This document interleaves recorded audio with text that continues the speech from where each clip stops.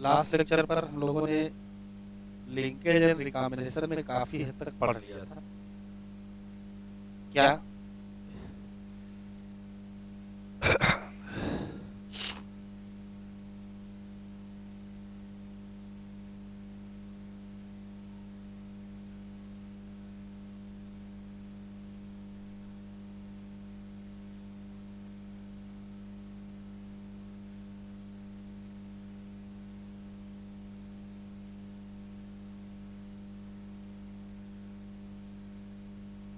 Linkage and recombination, तो Morgan के experiment से जुड़े सबसे देखिए लास्ट लाइन लिखाई क्या है।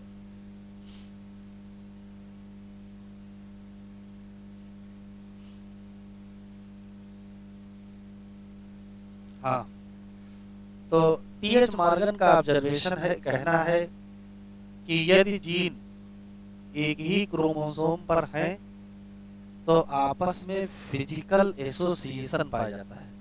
किसी एक क्रोमोसोम पर पाए जाने वाले टोटल जीन फिजिकली आपस में जुड़े रहते हैं, इसी के लिए उन्होंने टर्म दिया लिंकेज। ठीक, दूसरा सवाल, जो नई फिनोटाइप बनती है उसके लिए इन्होंने टर्म दिया रिकॉम्बिनेशन। इनका कहना है कि यदि जीन एक ही क्रोमोसोम पर हैं तो उनके बीच लिंकेज होगा, और जब लिंकेज होगा तो इंडिपेंडेंट असॉर्टमेंट नहीं हो पाएगा, और इंडिपेंडेंट असॉर्टमेंट ना हो पाने के नाते F2 में जो रेशियो 9:3:3:1 मिलता था वो नहीं मिलेगा, उससे अलग मिलेगा। और कुछ इस तरीके से अलग होगा कि पेरेंटल परसेंटेज क्या कर जाएगा, बढ़ जाएगा, और रिकॉम्बिनेंट परसेंटेज घट जाएगा। कितना पेरेंटल बढ़ेगा कितना रिकॉम्बिनेंट घटेगा वो डिपेंड करेगा दोनों जीन के बीच लिंकेज कितना है। लिंकेज अगर ज्यादा है तो पेरेंटल बहुत ज्यादा बढ़ जाएंगे, जैसे एक रास में 98.7% हो गए थे। लिंकेज कम है तो पेरेंटल कम बढ़ेंगे, 62.5 से 62.8 हो गया था। ठीक है, तो दो तीन बातें लिखनी रह गई थी, पहले वो लिख लेते हैं फिर आगे बढ़ाते हैं।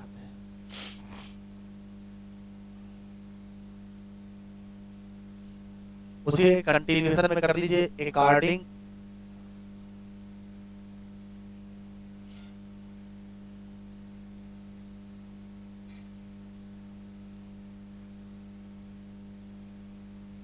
according to Morgan,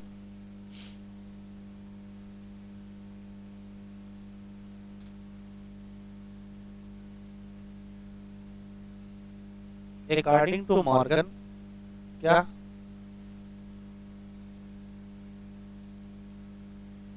all gene present over one chromosome shows physical association।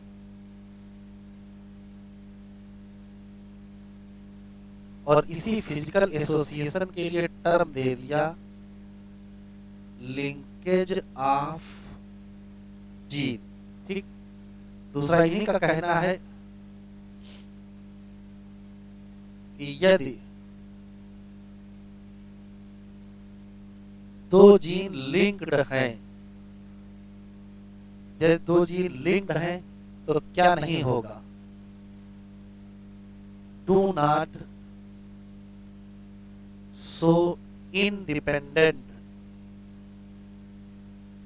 Assortment. Linkage होगा तो क्या नहीं होगा, इंडिपेंडेंट असॉर्टमेंट नहीं होगा। ये कई बार एग्जाम में आ चुका है। और अगर इंडिपेंडेंट असॉर्टमेंट नहीं होगा तो क्या नहीं मिलेगा, तो F2 phenotype ratio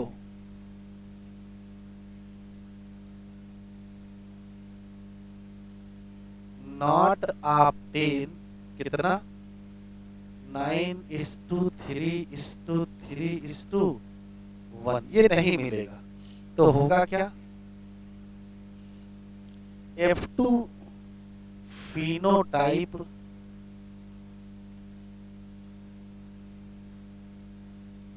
ratio change हो जाएगा। और चेंज किस हिसाब से होगा?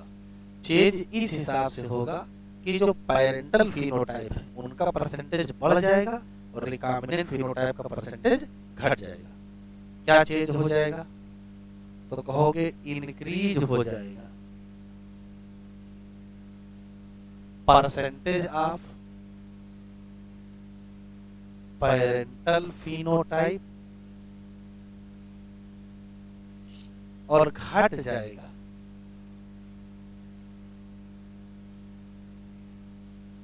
Percentage of recombinant phenotype. ठीक, एक बात, अब कितना घटेगा कितना बढ़ेगा वो डिपेंड करेगा स्ट्रेंथ ऑफ लिंकेज पर। यदि लिंकेज ज्यादा होगी तो पेरेंटल बहुत बढ़ जाएंगे, रिकॉम्बिनेंट बहुत घट जाएंगे, जैसे कि क्लास ए में हुआ था।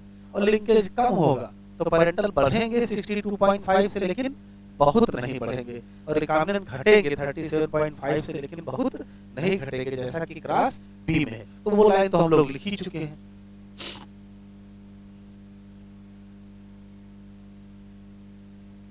स्ट्रेंथ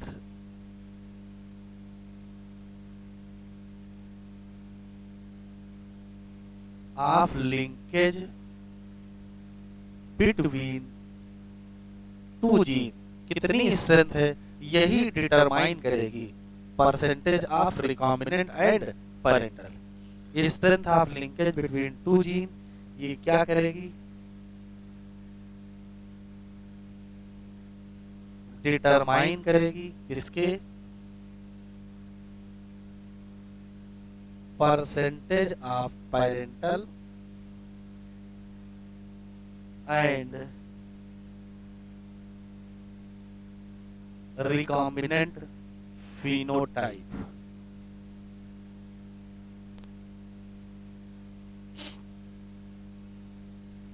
अगर लूजली लिंक होंगे तो रिकॉम्बिनेंट घटेंगे लेकिन बहुत नहीं घटेंगे, और अगर टाइटली लिंक होंगे तो पेरेंटल बहुत बढ़ जाएंगे, रिकॉम्बिनेंट बहुत घट जाएंगे। वो इससे पहले लेक्चर पर लाइन लिखा चुके हैं।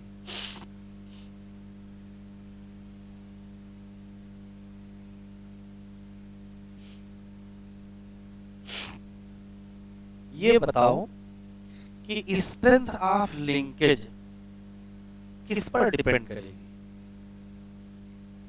जैसे इधर देखिए, जैसे मान लेते हैं कि ये क्रोमोसोम है और ये दो जीन है और एक ये तीसरा जीन है, तो दिख रहा है कि भाई ये दो जीन काफी पास हैं, जबकि ये दो जीन काफी दूर हैं।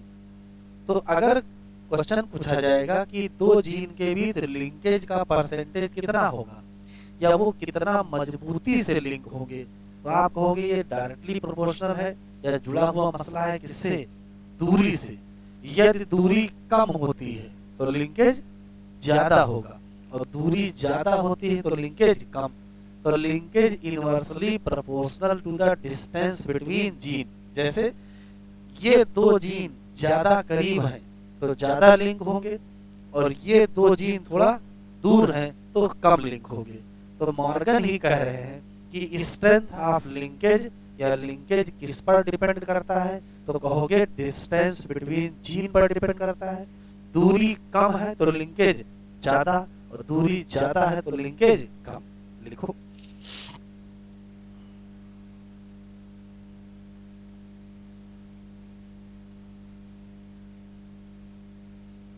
strength of linkage depend over distance between linked gene। linked gene के बीच की दूरी कितनी है? और ये ऐसे है,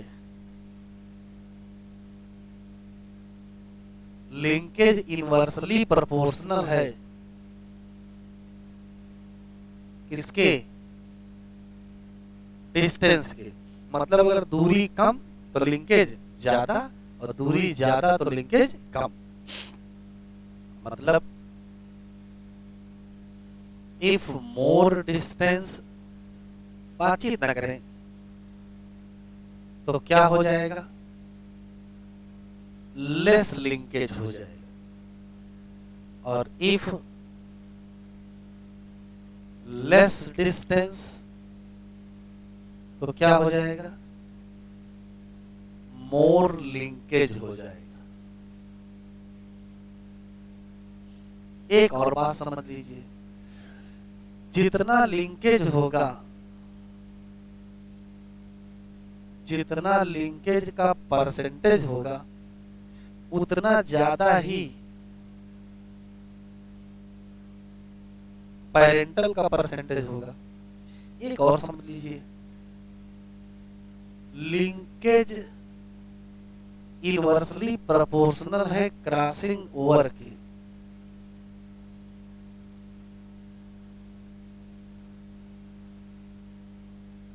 और क्रॉसिंग ओवर डायरेक्टली प्रोपोर्शनल है रिकॉम्बिनेशन के। भाई जितना बढ़िया क्रॉसिंग ओवर होगा, उतना बढ़िया क्या होगा, रिकॉम्बिनेशन होगा। तीन चीजें हैं, लिंकेज का दूरी से रिलेशन है, लिंकेज का क्रॉसिंग ओवर से रिलेशन है, उल्टा अगर लिंकेज ज्यादा तो क्रॉसिंग ओवर कम, या क्रॉसिंग ओवर ज्यादा तो लिंकेज कम। और क्रॉसिंग ओवर का सीधा रिलेशन रिकॉम्बिनेशन से है। तो लिंकेज का परसेंटेज किससे जुड़ा है, पेरेंटल के परसेंटेज से। जबकि अगर क्रॉसिंग ओवर परसेंटेज है तो ये किससे जुड़ा होगा, रिकॉम्बिनेंट परसेंटेज से। तो एक कंक्लूसिव लाइन है, जरा बता दीजिए। जैसे मान लेते हैं कि डिस्टेंस कम हो, डिस्टेंस कम हो, तो बताओ लिंकेज क्या होगा। तो लिंकेज क्या होगा, ज्यादा। तो पेरेंटल क्या होंगे, पेरेंटल बढ़ जाएंगे, ज्यादा हो जाएंगे। और अगर डिस्टेंस कम है, लिंकेज ज्यादा है, तो क्रॉसिंग ओवर, क्रॉसिंग ओवर बताओ। तो अगर लिंकेज ज्यादा तो क्रॉसिंग ओवर कम, और अगर क्रॉसिंग ओवर कम तो रिकॉम्बिनेंट भी क्या हो जाएंगे, कम हो जाएंगे। कोई दिक्कत। दूसरी चीज देखो, यदि डिस्टेंस बढ़ा दी जाए तो रिजल्ट बताओ। लिंकेज, तो लिंकेज घट जाएगा, अभी बताए ना। और अगर लिंकेज घट गया तो पेरेंटल कुछ ना कुछ घटेंगे।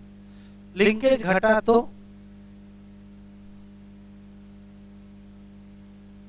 क्रॉसिंग ओवर बढ़ा तो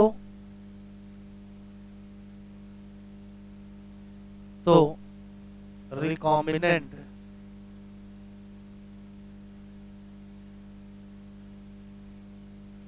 बढ़ जाएंगे। बस ये बताओ कितना बढ़ जाएंगे, बस।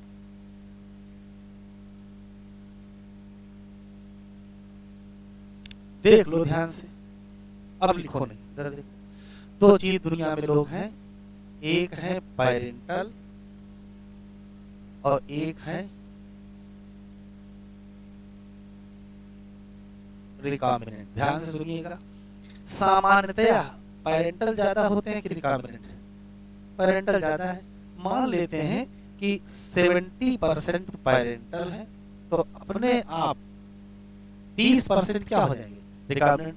क्योंकि इनको जोड़ के क्या होगा, अगर इनको जोड़ दिया जाएगा तो क्या बनेगा, 100% बनेगा। तो मान लेते हैं किसी क्वेश्चन में दे दे कि 30% प्रोजेनी रिकॉम्बिनेंट है, तो बताओ पेरेंटल प्रोजेनी कितने परसेंट होगी। तो आराम से आप बता दीजिएगा 70%। ठीक है। फिर ये कंडीशन हो जाए, डिस्टेंस बढ़ जाए। अगर डिस्टेंस बढ़ जाएगी तो पेरेंटल घटेंगे। चलो घटा लेते हैं, तो घटा के मान लेते हैं इसको हम 60% कर लेते हैं। तो बताओ रिकॉम्बिनेंट कितना बढ़ जाएंगे।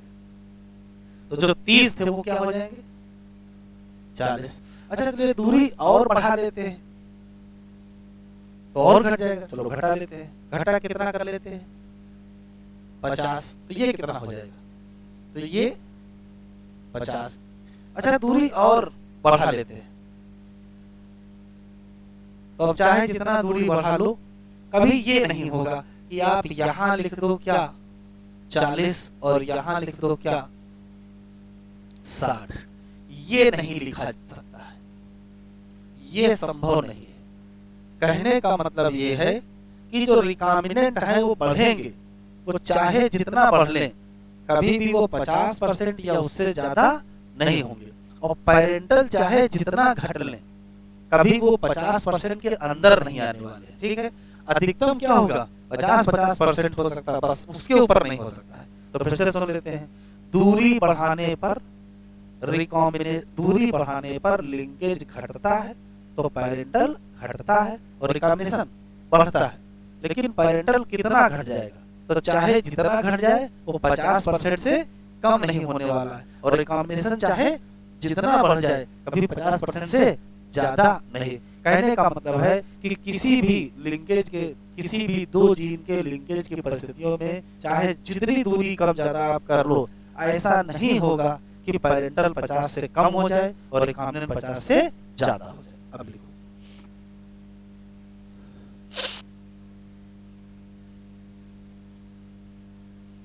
लिख लीजिए, if two linked gene located far away, काफी दूर रखे हैं, फिर भी पेरेंटल कभी भी 50% से कम नहीं होंगे और रिकॉम्बिनेंट कभी भी 50% से ज्यादा। Parental phenotype never less than 50% और recombinant phenotype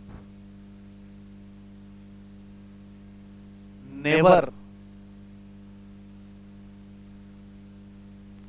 more than क्या 50%। पेरेंटल कभी 50 के अंदर नहीं आएंगे और रिकॉम्बिनेंट कभी 50 से ऊपर नहीं जाएंगे, चाहे जितना दूर रख दो। अब ये बताओ, अगर आपसे क्वेश्चन पूछा जाए रिकॉम्बिनेंट परसेंटेज है पता करना, कैसे पता करो, F2 में, F2 में कितने परसेंट रिकॉम्बिनेंट हैं पता करना चाहते हो, तो इसका तरीका है रिकॉम्बिनेंट फिनोटाइप जितने भी हों का नंबर ऊपर लिख दो और टोटल फिनोटाइप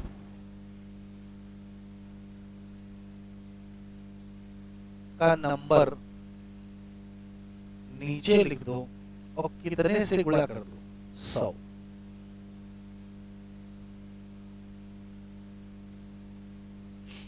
तो रिकॉम्बिनेंट परसेंटेज अगर आप निकलवाना चाहते हो, और अगर रिकॉम्बिनेंट परसेंटेज निकालोगे ऐसे, तो 100 में से घटा के क्या निकालोगे, पेरेंटल निकालोगे। अभी बताया ना, recombinant percentage plus parental percentage equal to 100% होगा। एक वैल्यू निकालोगे दूसरी अपने आप निकल आएगी। अच्छा, अगर रिकॉम्बिनेंट फ्रीक्वेंसी आपसे पूछी जाए तो यही फार्मूला है।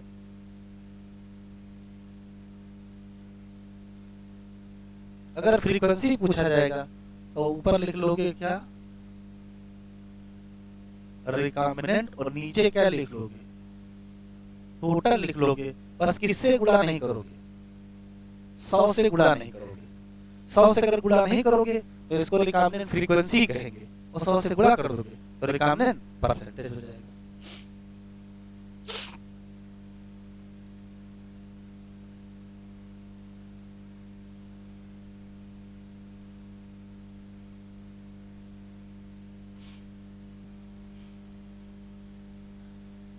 वायलेट फ्लावर डोमिनेट है व्हाइट फ्लावर पर, येलो सीड डोमिनेट है ग्रीन सीड पर। एक तरफ ले लिए हैं क्या, वायलेट फ्लावर येलो सीड, दोनों डोमिनेंट प्लांट है। एक तरफ व्हाइट फ्लावर ग्रीन सीड, दोनों रिसेसिव प्लांट है। और फिर सेल्फिंग करा देते हैं किसके, F1 की। तो रिजल्ट ये है 400 प्लांट मिले हैं कौन से, वायलेट फ्लावर येलो सीड, 450 मिले हैं व्हाइट फ्लावर ग्रीन सीड, 150 मिले हैं क्या, वायलेट फ्लावर ग्रीन सीड, और 150 मिले हैं व्हाइट फ्लावर येलो सीड। अब ध्यान से देखें, ये 150 प्लांट और ये 150 प्लांट नए हैं, पेरेंट में थे नहीं, इसका मतलब ये रिकॉम्बिनेंट है। तो टोटल रिकॉम्बिनेंट कितने हैं, तो टोटल रिकॉम्बिनेंट 300, और टोटल पॉपुलेशन कितनी है, तो भाई 450 ये थे, 450 थे 900, और 3 जोड़ो कितना 1200। तो नीचे कितना रखोगे और गुणे कितना करोगे 100, कितना आया, कितना आया,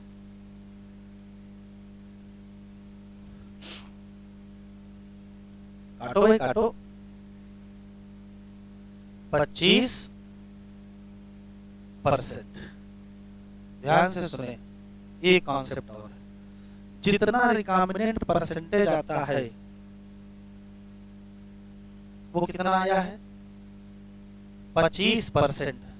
तो पेरेंटल परसेंट कितना हो, तो पेरेंटल परसेंट अपने आप क्या निकल आएगा 75%। सवाल लगवाए क्यों है, पर्पस क्या है, पर्पस सुन लीजिए क्या है। जब कभी दो जीन आपस में लिंक होते हैं और जो रिकॉम्बिनेंट परसेंटेज निकल के आता है, जो रिकॉम्बिनेंट परसेंटेज निकल के आता है, वही वास्तव में दूरी होती है बिटवीन जीन। दो जीन के बीच की दूरी एग्जैक्ट उतनी ही होती है जितना क्या आता है, रिकॉम्बिनेशन आता है। ये काम की बात है, इसको टैग करके लिख लेना है। बढ़े आगे, अगर दो जीन लिंक हैं और उसमें जो भी रिकॉम्बिनेंट परसेंट आप कैलकुलेट करोगे वो एग्जैक्ट किसके बराबर होगा, डिस्टेंस बिटवीन जीन। अगर रिकॉम्बिनेशन का परसेंटेज 25 है तो दूरी कितनी होगी 25 सेंटीमॉर्गन। दूरी को यहाँ नापा जाता है सेंटीमॉर्गन में।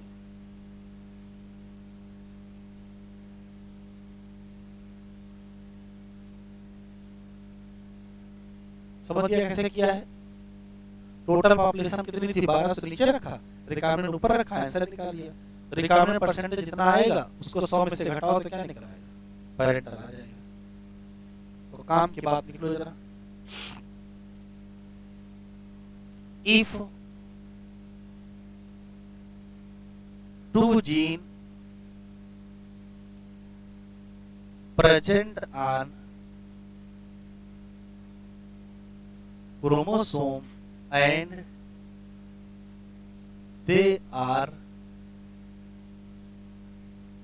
linked, तो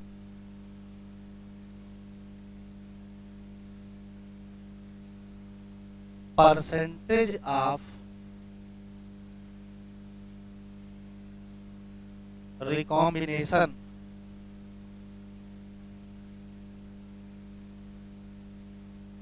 equal to distance between linked gene। Example, यदि 25% रिकॉम्बिनेंट हैं तो 25 सेंटीमॉर्गन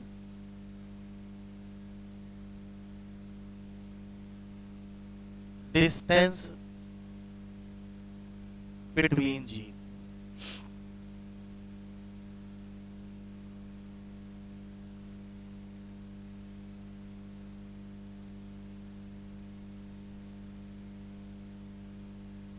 शुरू करें,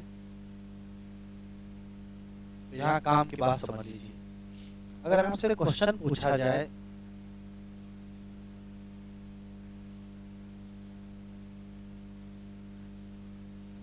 डिस्टेंस बिटवीन जीन को किसमें मेजर किया जाता है, तो कहोगे मेजर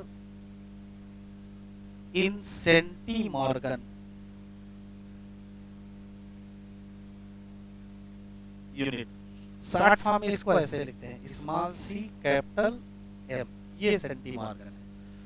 तो मिनिमम डिस्टेंस कितनी होगी? तो अगर कहोगे 1 सेंटीमॉर्गन है, यही क्या है? Minimum distance between gene. तो अगर मिनिमम डिस्टेंस होगा तो लिंकेज, तो लिंकेज मैक्सिमम हो जाएगा, नहीं हो जाएगा? और अगर दूरी सबसे कम तो लिंकेज सबसे ज्यादा। मैक्सिमम लिंकेज कितना होता है? 99%। लिंकेज मैक्सिमम 99% हो जाएगा। तो यदि 99% लिंकेज है तो क्रॉसिंग ओवर कितने परसेंट है? तो ये जो 1 सेंटीमॉर्गन होता है, इसका मतलब ही होता है, इसका मतलब ही होता है 1% क्या क्रॉसिंग ओवर। और अगर 1% क्रॉसिंग ओवर होगा तो 1 ही परसेंट क्या बनेंगे? रिकॉम्बिनेंट बनेंगे। इसका ये भी तो मतलब है 99%। ये आया हुआ सवाल है, एनसीईआरटी में दिया नहीं है। 1 सेंटीमॉर्गन का क्या मतलब होता है? 1 सेंटीमॉर्गन का मतलब होता है 2 जीन के बीच मिनिमम दूरी। तो मिनिमम दूरी 1 सेंटीमॉर्गन से कम नहीं हो सकती। और 1 सेंटीमॉर्गन का मतलब होता है 1% क्रॉसिंग ओवर। यदि 1% क्रॉसिंग ओवर है तो 99% क्या है? लिंकेज है। 1% क्रॉसिंग ओवर है तो 1 ही परसेंट क्या मिलेंगे? रिकॉम्बिनेंट। तो 99% क्या मिलेंगे? पैरेंटल। ये 1 सेंटीमॉर्गन का मतलब है। किसी 2 जीन के बीच की न्यूनतम दूरी कितनी होगी? तो कहोगे 1 सेंटीमॉर्गन। तो रिकॉम्बिनेंट चाहे जितने घट जाएं 1% से कम नहीं होंगे, कम से कम 1% तो मिलेगी। और पैरेंटल चाहे जितने बढ़ जाएं, अधिकतम कहाँ जाएंगे? 99 जाएंगे।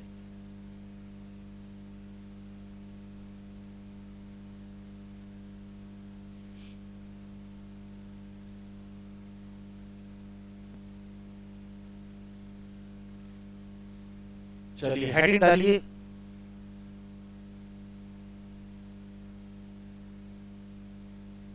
क्रोमोसोमल मैपिंग, हाँ, या जेनेटिक मैपिंग।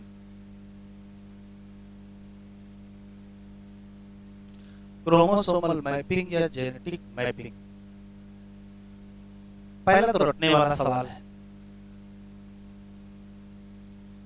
कि क्रोमोसोमल मैपिंग या जेनेटिक मैपिंग किसने दिया? गिवन बाय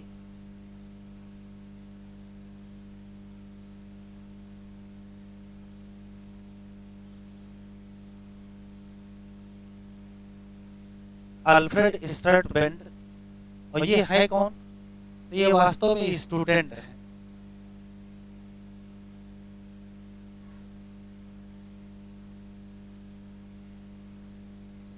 क्या कर रहे हो भैया? Student of Morgan.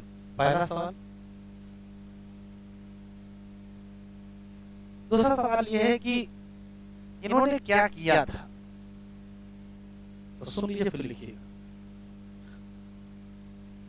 TH Morgan ने ये बात बताई थी कि एक क्रोमोसोम पर पाए जाने वाले जीन आपस में जुड़े होते हैं। उनकी बात है। दोनों जीन कितने जुड़े होते हैं ये दूरी पर डिपेंड करता है, लेकिन वो दूरी नापी कैसे जाए? तो अल्फ्रेड स्टर्टबेंड का ही स्टेटमेंट है कि किन्हीं 2 जीन के बीच जो रिकॉम्बिनेंट फ्रीक्वेंसी होती है या उसका जो रिकॉम्बिनेंट परसेंटेज होता है वो एग्जैक्ट दूरी के बराबर होता है। जो पीछे भी लिख के आए हो कि 20% रिकॉम्बिनेंट तो 20 सेंटीमॉर्गन की दूरी और 10% रिकॉम्बिनेंट तो 10 सेंटीमॉर्गन की दूरी। ये इनका बताया हुआ है, एनसीईआरटी में लिखा है। इन्होंने क्या किया जो जीन के बीच का रिकॉम्बिनेंट परसेंटेज था या जो रिकॉम्बिनेंट फ्रीक्वेंसी था उसी का इस्तेमाल कर लिया और उसको मान लिया कि ये दूरी है किसके बीच की, जीन के बीच की दूरी। अब आपको अगर जीन के बीच की दूरी पता चल जाए तो आप ये काम कर सकते हो कि किसी भी क्रोमोसोम पर आपसे कहा जाए 3 जीन है, एक जीन ए है, एक जीन बी है और एक जीन सी है, तो आपसे ये बता दिया जाए कि बी और सी के बीच की दूरी ज्यादा है और बी और ए के बीच की दूरी कम है, तो क्या करोगे आप ए और बी पास में रखोगे और ए और सी दूर में रखोगे। ठीक है, कितनी दूरी है उसी हिसाब से इनका सही क्रम बता देंगे। तो अल्फ्रेड स्टटवेंट ने क्या किया, रिकॉम्बिनेंट की जो फ्रीक्वेंसी है उसका जो परसेंटेज है उसी को मान लिया डिस्टेंस बिटवीन जीन और उसी के आधार पर किसी एक क्रोमोसोम पर पाए जाने वाले जीन का सही सीक्वेंस बता दिया। जीन का जो सीक्वेंस होता है किसी एक क्रोमोसोम पर, उसी सीक्वेंस को क्या कहते हैं, क्रोमोसोमल मैपिंग या जेनेटिक मैपिंग। तो इन्होंने क्या किया, इन्होंने यूज कर लिया किसका, रिकॉम्बिनेंट परसेंटेज या फ्रीक्वेंसी एज ए क्या, distance between gene. Recombinant frequency को डिस्टेंस बिटवीन जीन की तरीके से इस्तेमाल कर लिया और फिर क्या कर दिया, अरेंज कर दिया, अरेंजमेंट ऑफ जीन ऑन क्या, क्रोमोसोम। और इसी अरेंजमेंट को कहते क्या हो, जेनेटिक मैपिंग। अरेंजमेंट कौन सा ये भी पूछा गया है, तो कहोगे लीनियर अरेंजमेंट है, ये अरेंजमेंट है।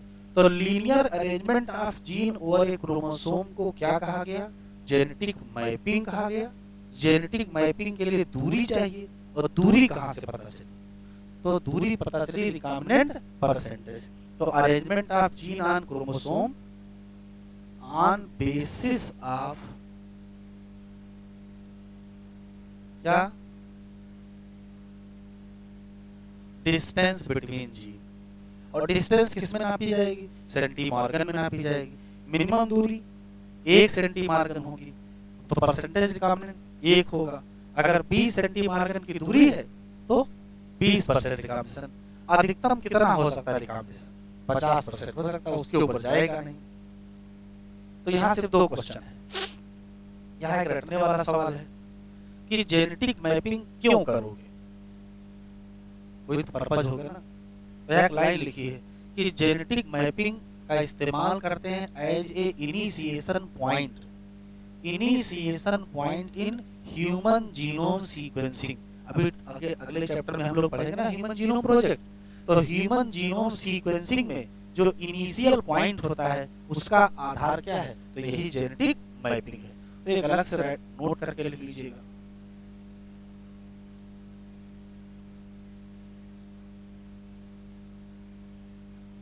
Genetic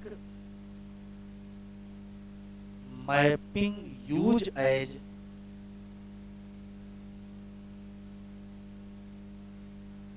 starting point in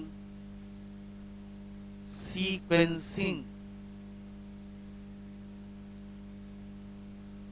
of genome, जैसे ह्यूमन जीनोम सीक्वेंसिंग, ये रटना है आपको। एक और लाइन रटने वाली, वो भी उसे अगले चैप्टर बताएंगे कि जो डीएनए पॉलीमॉर्फिज्म है, यहाँ लिखाएंगे नहीं वही लिखेंगे, डीएनए पॉलीमॉर्फिज्म बेसिस है। अब ये डीएनए पॉलीमॉर्फिज्म पढ़ाया तो है नहीं। डीएनए पॉलीमॉर्फिज्म बेसिस है 2 चीजों का, एक जेनेटिक मैपिंग का और एक डीएनए फिंगर प्रिंटिंग का। तो वो हम लोग वहीं पढ़ेंगे।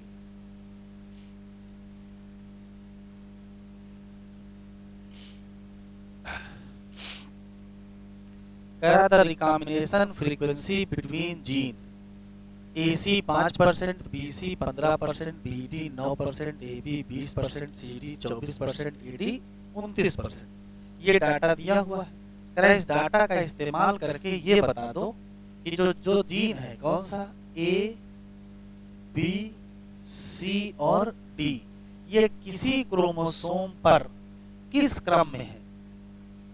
वो क्रम यहाँ दिए 4 ऑप्शन, एक option AB AD BC, DB AC, AB CD, AC BD, ऐसे ऑप्शन दिए हैं। तो कैसे आंसर निकाला जाता है वो देखिए। ऑब्जेक्टिव क्वेश्चन है, लिख के तो आपको बताना नहीं, आपको आंसर लगाना है और आंसर लगाने का तरीका सीख लीजिए क्या करते हैं। तो सबसे पहले एक लाइन खींच लीजिए, खींच लिया। लाइन खींचने के बाद एक लाइन खींच लीजिए। लाइन खींचने के बाद इस डाटा पर नजर डालिए और सिर्फ ये पता करिए कि सबसे बड़ी दूरी कौन सी है। तो सबसे बड़ी दूरी ये दिख रही है, कितनी है 29। तो एक तरफ लिख दीजिए A और एक तरफ लिख दीजिए D और बीच की दूरी लिख दीजिए कितनी 29। अब लिखो नहीं, सुन लो।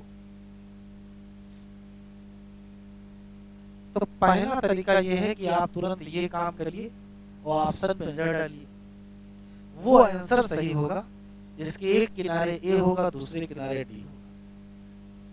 तो उसमें दो ही ऑप्शन है, इसमें यहाँ A है यहाँ D है, यहाँ A है यहाँ D है, तो ये दो आंसर तो हो नहीं सकते। अगर संयोग से किस्मत बहुत अच्छी रही तो पता लगा एक ही ऑप्शन ऐसा मिला जिसमें इधर A है उधर D है, तो कुछ करना नहीं है, केवल आंसर लगाना, घर चले जाना है। यहाँ लेकिन दो मिल गए हैं, दो मिल गए तो कुछ दिमाग लगाना पड़ेगा, ठीक है। तो कौन से दो आंसर कट गए, दूसरे कट गए। क्यों कट गए?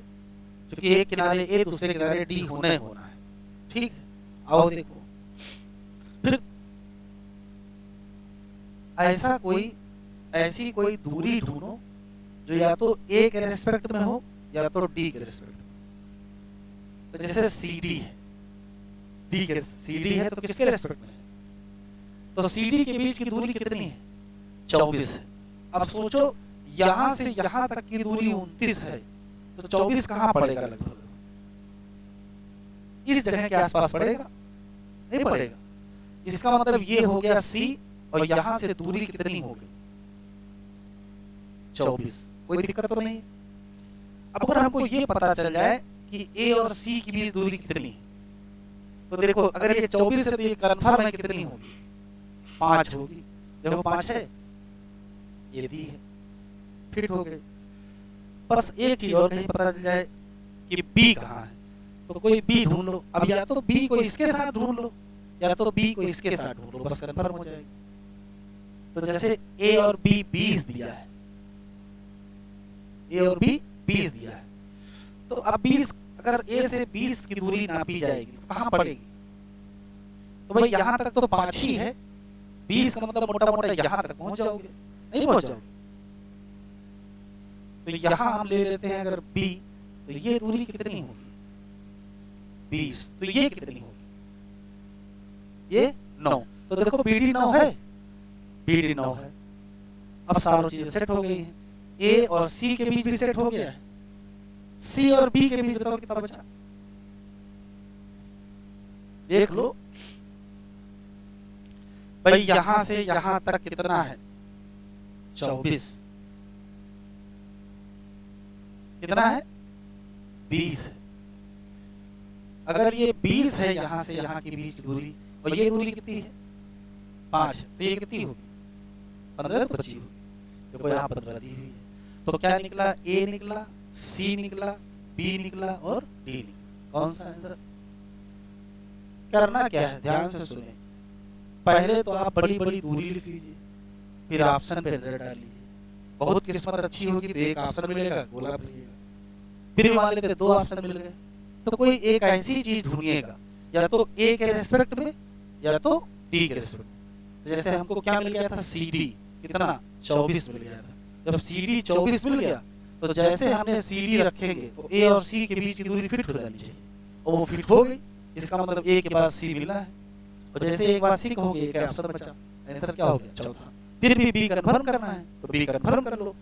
बी और ए के बीच की दूरी कितनी मिल गई 20। अब जब 20 है तो भाई यहाँ कहीं तो रख नहीं दोगे, 20 है तो यहीं कहीं रखना पड़ेगा। जैसे यहाँ रखोगे तो ये बचा कितना, ये 9 बचा, ये 9 होना चाहिए बीडी, और बीडी कितना दिया है 9 दिया है, इसका मतलब ये भी सही हो गया। चारों चीजें सेट हो गए तो आंसर क्या निकला, ए निकला, सी निकला, बी निकला और डी। तो आंसर कौन सा 4 लिखो। चलो जरा एनसीईआरटी खोल लो।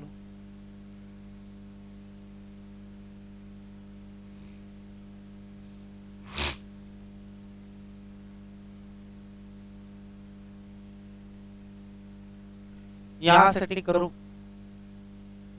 एक्सपेरिमेंटल वेरिफिकेशन किसका, क्रोमोसोमल थ्योरी ऑफ इनहेरिटेंस किसने दिया, टीएच मॉर्गन और उनके साथियों ने। फिर मॉर्गन ने किसके साथ काम किया, तो कहोगे फ्रूट फ्लाई, क्या नाम, ड्रोसोफिला मेलानोगास्टर। कह रहा found very suitable for such studies, ये क्वेश्चन पूछा गया है। ड्रोसोफिला मेलानोगास्टर सुटेबल है, क्यों, तो क्यों है एक्सप्लेन है। तो पहला क्यों ये है, ये ग्रो कर सकती है कहाँ, सिंपल सिंथेटिक मीडियम। दूसरा क्यों ये है, ये कंप्लीट करेगी अपनी लाइफ साइकिल कितनी देर में, 2 हफ्ते में। तीसरा क्या है, सिंगल मेटिंग से क्या मिलेगी, लार्ज नंबर ऑफ प्रोजेनी। चौथा है clear differentiation between male and female. और पांचवा है ढेर सारी क्या मिल गई, वेरिएशन, जिनको देख सकते हो क्या, लो पावर माइक्रोस्कोप। फिर linkage and recognition. Morgan carried out several dihybrid cross in Drosophila to study gene that were, ये टिक कर लो, सेक्स लिंक्ड, क्योंकि सारे जीन किस पर थे, एक्स क्रोमोसोम, और एक्स क्रोमोसोम सेक्स क्रोमोसोम है, इसी नाते उसको सेक्स लिंक कहेंगे। The cross were similar to the dihybrid cross, बिल्कुल वैसा ही था जैसा मेंडल ने किसमें किया था, बी। लेकिन मॉर्गन हाइब्रिडाइज कर दिए क्या, येलो बॉडी व्हाइट आई, एक तरफ दोनों रिसेसिव ले लिए, और ब्राउन बॉडी रेड आई, एक तरफ क्या ले लिए, डोमिनेंट ले लिए। और फिर इंटर क्रॉस कर दिया किसको, F1 को।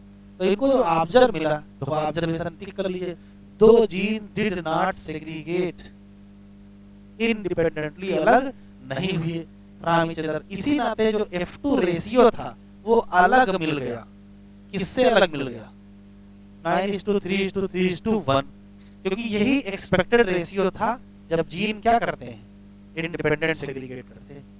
फिर मॉर्गन और उनके साथी जानते थे क्या, कि जीन कहां लोकेटेड है, एक्स क्रोमोसोम।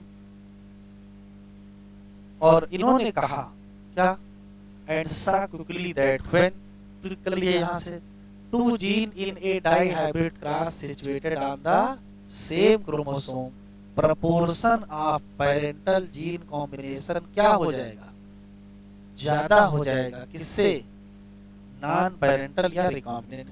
फिर मॉर्गन ने इस बात को बताया कि हुआ क्या है, हुआ है फिजिकल एसोसिएशन या लिंकेज हो गया किसके बीच, बिटवीन 2 जीन, और कॉइन टर्म क्या, linkage, to describe this physical association of gene on chromosome. और इन्होंने ही टर्म दिया क्या, recombination, to describe generation of non parental. Morgan और उनके साथियों ने पाया कि भले ही even gene are grouped on the same chromosome, कुछ जीन जो होते हैं वो टाइटली लिंक होते हैं। तो जो टाइटली लिंक होंगे उसमें बहुत कम क्या मिलेगा, रिकॉम्बिनेशन। कितना मिला था, 1.3%। और कुछ जीन क्या होंगे, लूजली लिंक होंगे, जैसे कि, और ऐसे में थोड़ा सा हाई रिकॉम्बिनेशन, कितना मिला था, 37.2 ही मिला था, ठीक है। फिर कह रहा, for example he found that gene of white and yellow, ये क्या थे, टाइटली लिंक थे, इसी नाते परसेंटेज कितना मिला था, 1.3। जबकि व्हाइट और मिनिएचर जब साथ में लिए थे तो कितना मिल गया था, 37.2।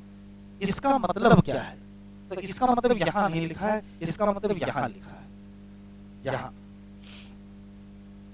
इसका मतलब यहां लिखा है कि जो स्ट्रेंथ ऑफ लिंकेज है किसके बीच, Y और W के बीच ये हाई है, किसकी तुलना में, W और M। तो W यहाँ भी है, W यहाँ है। W क्या है, I का कलर है। I के कलर का जीन बॉडी कलर से ज्यादा लिंक है और I के कलर का जीन विंग के साइज से कम लिंक है। तो ये लाइन इंपॉर्टेंट है। स्ट्रेंथ ऑफ लिंकेज किसका किससे ज्यादा है, तो कहोगे W का मतलब I कलर के जीन का किससे ज्यादा लिंक है, बॉडी कलर से ज्यादा लिंक है, मतलब Y से ज्यादा लिंक है, जबकि W वाला M से कम लिंक है। अब आ जाओ यहाँ, फिर आ गए ये उनके स्टूडेंट कौन से, अल्फ्रेड स्टर्टवेंट। इन्होंने यूज कर लिया किसका, frequency of recombination between gene pair, और इसी को मान लिया क्या, डिस्टेंस बिटवीन जीन। जितनी रिकॉम्बिनेशन फ्रीक्वेंसी थी उसी को क्या मान लिया, मेजर एज द डिस्टेंस, और फिर मैप कर दिया जीन के पोजीशन को किस पर, क्रोमोसोम। आज के जमाने में जेनेटिक मैप बहुत ज्यादा इस्तेमाल होता है, ये टिक कर लो, कैसे मैंने लिखाया है, स्टार्टिंग पॉइंट के तरीके से यूज होगा, किसमें, सीक्वेंसिंग ऑफ जीनोम, जैसे किसमें करते हैं, ह्यूमन जीनोम सीक्वेंसिंग। ये जनरल है, इसका कोई बहुत मतलब नहीं, केवल देख लेना, भूल जाना है। हेडिंग डालिए पॉलीजेनिक इनहेरिटेंस, हेडिंग डालिए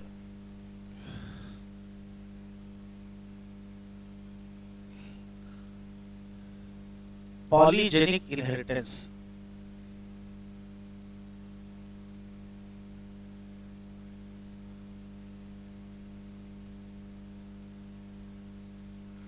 सुन लीजिए फिर लिखिएगा। मेंडल जब स्टडी कर रहे थे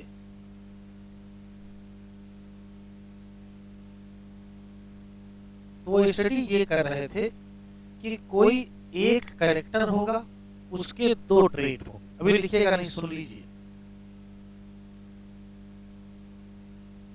तो यदि एक कैरेक्टर होगा, दो ट्रेट होंगे, इसका ये भी तो मतलब है कि एक कोई जीन होगा और उसी जीन के दो क्या होंगे, अलील होंगे, और वही दोनों अलील दोनों ट्रेट के लिए जिम्मेदार होंगे। जैसे कैपिटल टी टाल के लिए और स्मॉल टी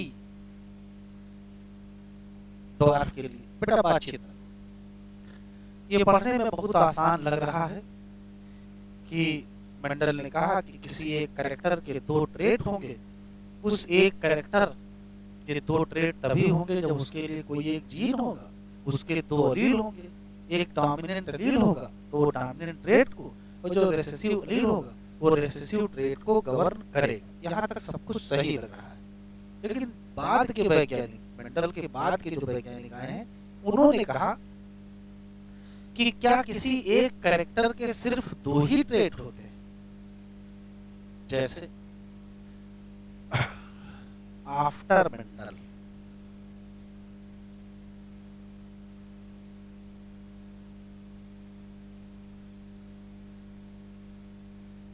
पता चला कि किसी एक कैरेक्टर के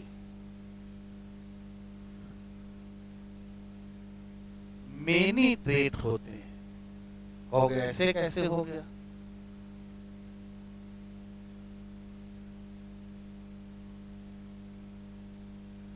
किसी एक कैरेक्टर के मेनी ट्रेट होते हैं, जैसे ह्यूमन की हाइट। क्या दुनिया में सिर्फ दो ही लोग होते हैं, या तो टाल या तो ड्वार्फ। टाल का मतलब 7 फीट के और ड्वार्फ का मतलब 3 फीट के। तो क्या ऐसा है? ऐसा बिल्कुल नहीं है। कोई 7 फीट का है, कोई 6.5 फीट का है, कोई 6 फीट का है, कोई 5.5 फीट का है, कोई 5 फीट का है, कोई 4.5 फीट का है, कोई 4 फीट का है, कोई 3 फीट का है। मतलब बड़ी रेंज है। अब सवाल ये है कि यदि ह्यूमन हाइट में इतने सारे ट्रेट हैं, तो ये कैसे हो गया? मेंडल तो बताए थे 2 ट्रेट होने चाहिए थे, और जबकि ह्यूमन हाइट में बहुत सारे ट्रेट दिख रहे हैं। इसका मतलब कुछ गड़बड़ है फिर, जो मेंडल नहीं बताए या समझ नहीं पाए। तो वैज्ञानिक कह रहे हैं कि यदि किसी कैरेक्टर के एक से ज्यादा ट्रेट हैं, जैसे ह्यूमन हाइट के क्या मिल गए, मेनी रेंज मिल गई, हाइट मिल गई, इसका मतलब है कि फिर ये एक जीन के बस की बात नहीं है। अगर एक जीन कंट्रोल कर रहा होता तो फिर 2 ही ट्रेट होते, उसके 2 एलील होते। सामान्यतः भाई 2 एलील होते, एक्सेप्शन में 3 या 4 एलील हो जाते हैं। लेकिन अगर किसी एक ट्रेट के एक से ज्यादा, किसी एक कैरेक्टर के एक से ज्यादा ट्रेट दिख रहे हैं, इसका मतलब है कि फिर इस पर्टिकुलर कैरेक्टर को कौन कंट्रोल करेगा? Control by many gene. और जब मेनी जीन होंगे तभी क्या हो जाए? Many trait. अंतर समझ में आ गया? तो अब कंक्लूजन है कि जब कभी किसी कैरेक्टर को कंट्रोल करने में ढेर सारे जीन इन्वॉल्व होते हैं या मोर देन 1 जीन इन्वॉल्व होते हैं, तो उस पर्टिकुलर ट्रेट को कहोगे पॉलीजेनिक ट्रेट, और उस इनहेरिटेंस को कहोगे क्या? Polygenic inheritance. क्या समझ आया? If any character inheritance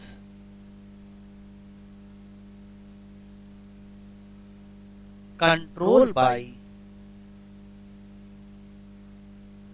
many gene, तो इसी को कहोगे क्या? Polygenic inheritance. ये बताओ, ये मेंडेलियन इनहेरिटेंस है कि नॉन मेंडेलियन? भैया मेंडेलियन तो ऊपर लिखा ही है, वो होता तो ये पढ़ी कह रहे होते, इसी साल आया है। पॉलीजेनिक इनहेरिटेंस क्या है? तो कहोगे नॉन मेंडेलियन इनहेरिटेंस। एक क्वेश्चन और, कौन कौन से कैरेक्टर पॉलीजेनिक इनहेरिटेंस में आओगे? तो जितने होंगे जिनके ढेर सारे क्या पाए जाएंगे? मेनी ट्रेट पाए जाएंगे। जिनके ढेर सारे ट्रेट होंगे वही पॉलीजेनिक इनहेरिटेंस शो करेंगे। जैसे कि ह्यूमन का हाइट। अच्छा, ह्यूमन का कलर, ये भी तो, इसमें भी तो कई रेंज है। तो जहां कहीं रेंज, अच्छा जैसे अमरूद फल है, अमरूद होता है, ठीक है, अमरूद फल है। क्या क्या पेड़ में 2 साइज के अमरूद लगे होते हैं? एक बड़ा सा अमरूद और छोटा सा अमरूद, इतना छोटा अंगूर जैसा, ऐसा होता नहीं है, रेंज लगी होती है ना। तो फल का जो साइज है वहां भी क्या है? रेंज है। तो ज्यादातर केसेज में एक से ज्यादा ट्रेट मिलती है, बहुत सारी ट्रेट मिलती है। इसका मतलब ज्यादातर जगह हमको क्या मिलेगा? पॉलीजेनिक इनहेरिटेंस मिलेगा। लिखो,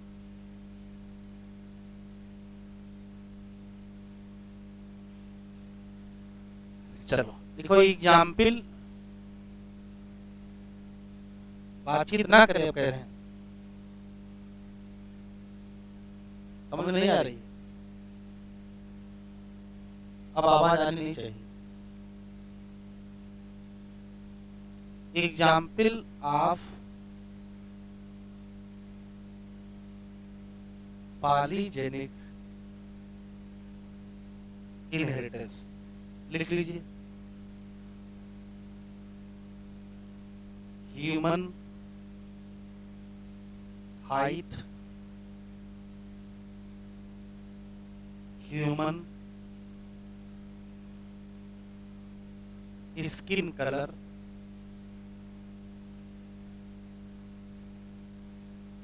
colonel colour,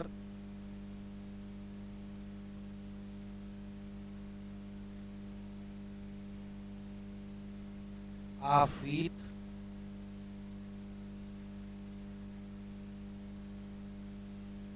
wait of fruit, in plant. अब कितने जीन होंगे? तो ह्यूमन की स्किन कलर में 3 जीन होते हैं और इसमें 2 जीन होते हैं।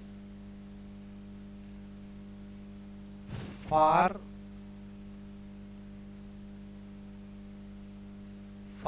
पॉलीजेनिक इनहेरिटेंस लिखते चले।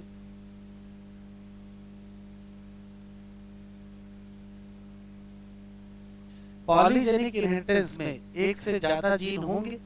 अगर एक से ज्यादा जीन होंगे तो कितने जीनोटाइप बनेंगे और कितने फिनोटाइप बनेंगे, इसके लिए अलग फार्मूला है।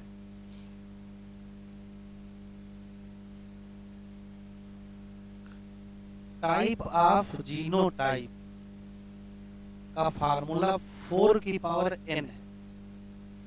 4 की पावर n, और n क्या है?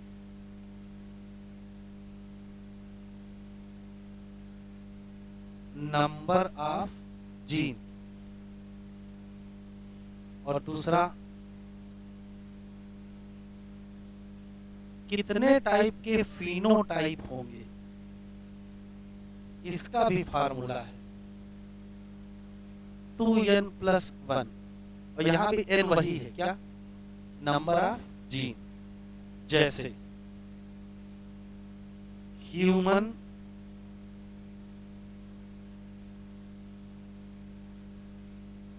स्किन कलर कितने जीन है? 3 जीन है। तो बताओ कितने टाइप के जीनोटाइप?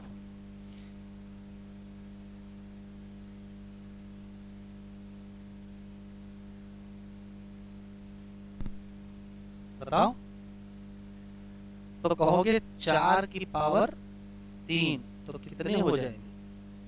64 जीनोटाइप। अच्छा, और कितने टाइप के फिनोटाइप होंगे?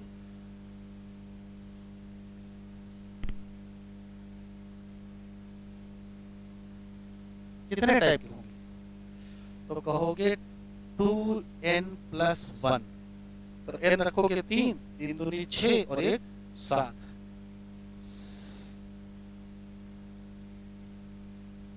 जरा बताओ ह्यूमन स्किन में कितने जीन? 3 जीन। तो कितने टाइप के कलर होंगे? 64 टाइप के कलर होंगे। फिनोटाइप जितने होंगे, जितने फिनोटाइप होंगे उतने ही तो कलर होंगे। 7 टाइप कलर। अच्छा,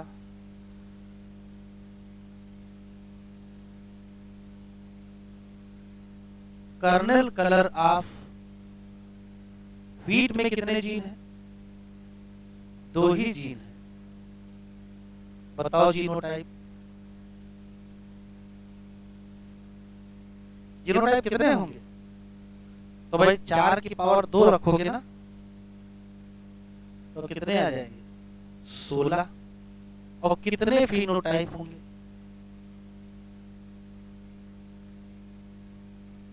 है? तो 2n+1 रखना है, तो 2 2 4 1 5। 2 × 2 + 1, आंसर कितना आ जाएगा? 5।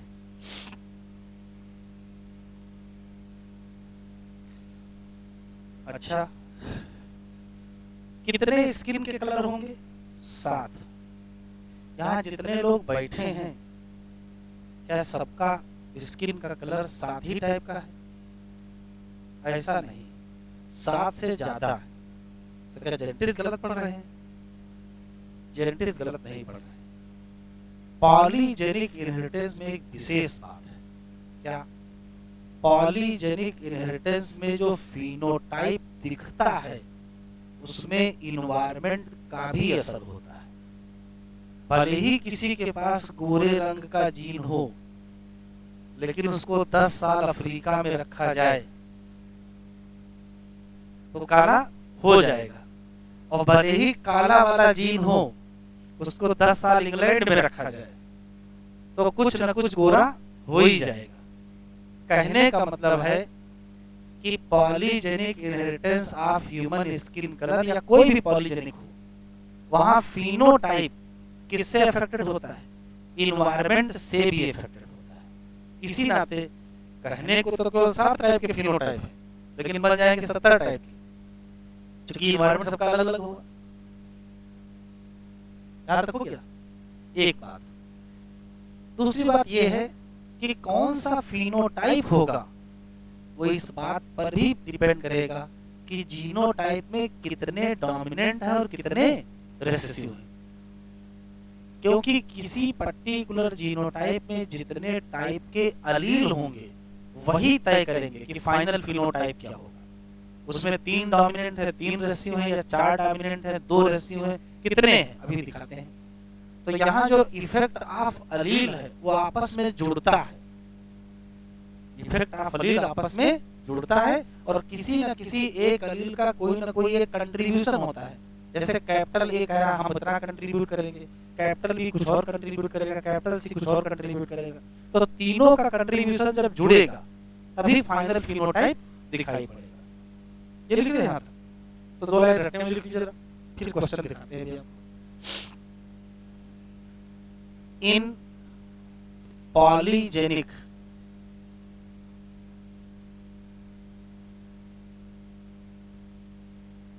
फिर बात करने लगी, in polygenic inheritance the phenotype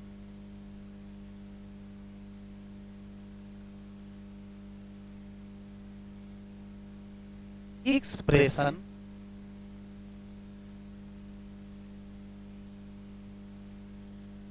affected by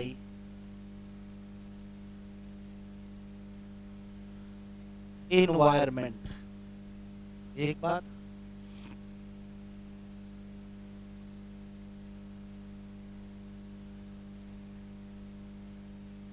the phenotype depend on type of allele in genotype। क्यों?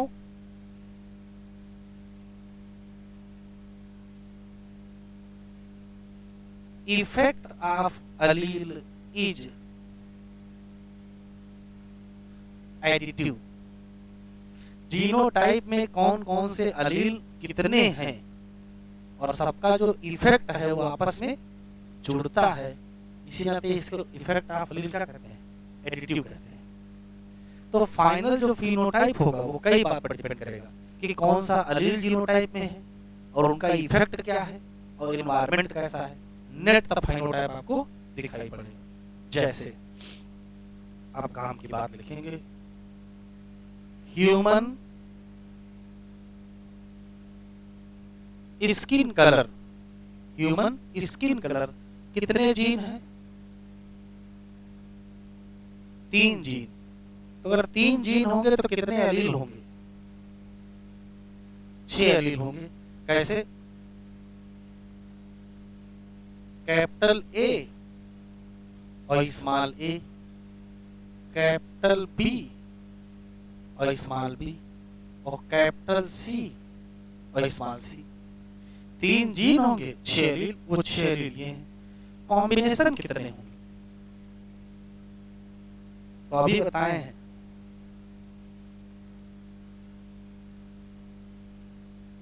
कॉम्बिनेशन बनेंगे 64 और फिनोटाइप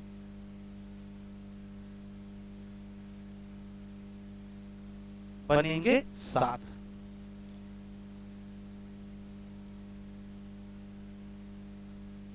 तो जब फिनोटाइप 7 बनेगा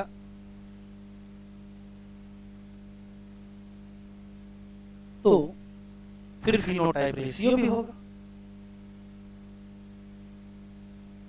नहीं होगा? बताओ क्या रेशियो होता है?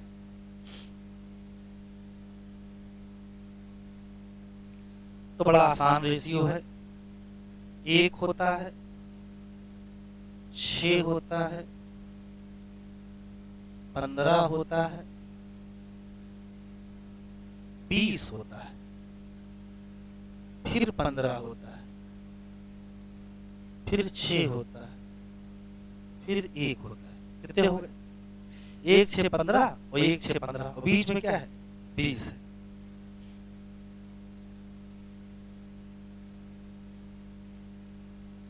ये डार्केस्ट है, ये लाइटेस्ट है, और ये इंटरमीडिएट है।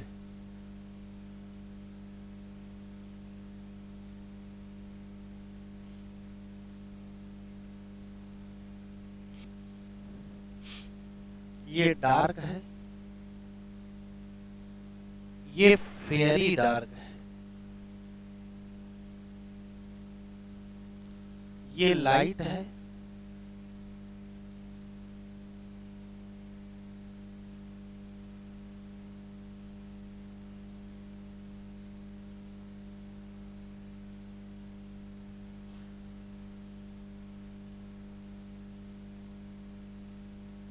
ये फेरी लाइट है।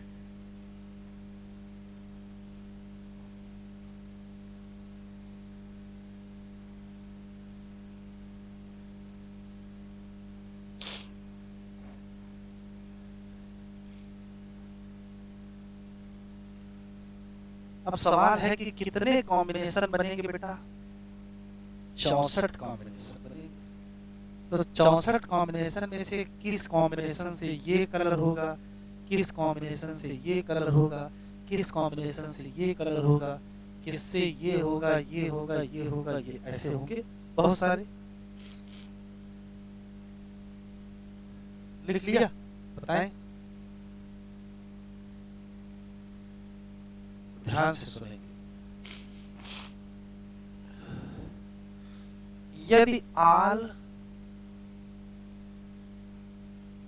डोमिनेंट अलील है,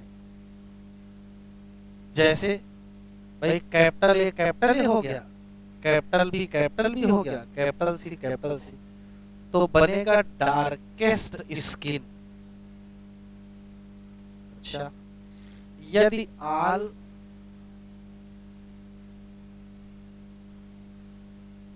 रेसिसिव अलील हो गया, जैसे small A, small B, small सी, तो बनेगा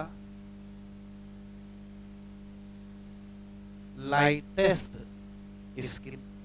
और यदि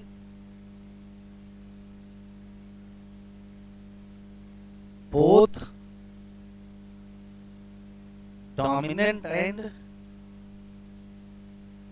रेसेसिव इन इक्वल, जैसे कैपिटल ए स्मॉल ए बना लो, कैपिटल बी स्मॉल बी बना लो, और कैपिटल सी स्मॉल सी बना लो, तो हो जाएगा क्या?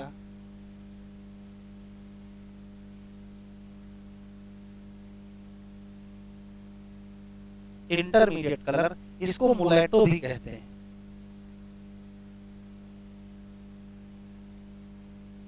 तो बताएं,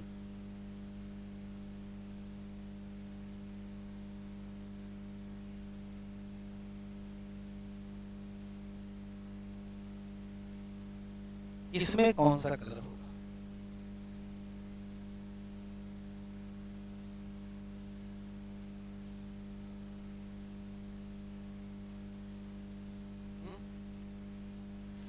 तो अगर ध्यान से देखें तो 1 2 3 डोमिनेंट और 3 रेसिव, यही हाल तो है। क्या बन जाएगा? इंटरमीडिएट।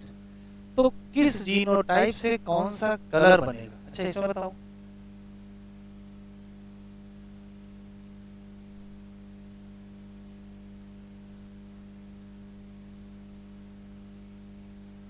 अब देखो 1 2 3 4, तो ये 4 डोमिनेंट 2 रेसेसिव इस रेशियो में है। इसका कलर फिर कुछ और होगा। तो यदि 3+3 कंडीशन है तो क्या होगा? इंटरमीडिएट। अच्छा, ये क्या है? ये 0+6 कंडीशन है। डोमिनेंट कोई है नहीं, सबके सब रेसिसिव है। और ये क्या है? ये 6+0 है। 6 के 6 क्या है? डोमिनेंट, 0 रेसिसिव है। तो अगर 6 डोमिनेंट 0 रिसेसिव तो ये, 0 डोमिनेंट 6 रिसेसिव तो ये, और 3 डोमिनेंट 3 रिसेसिव तो ये। लिख लो तो पीछे चले।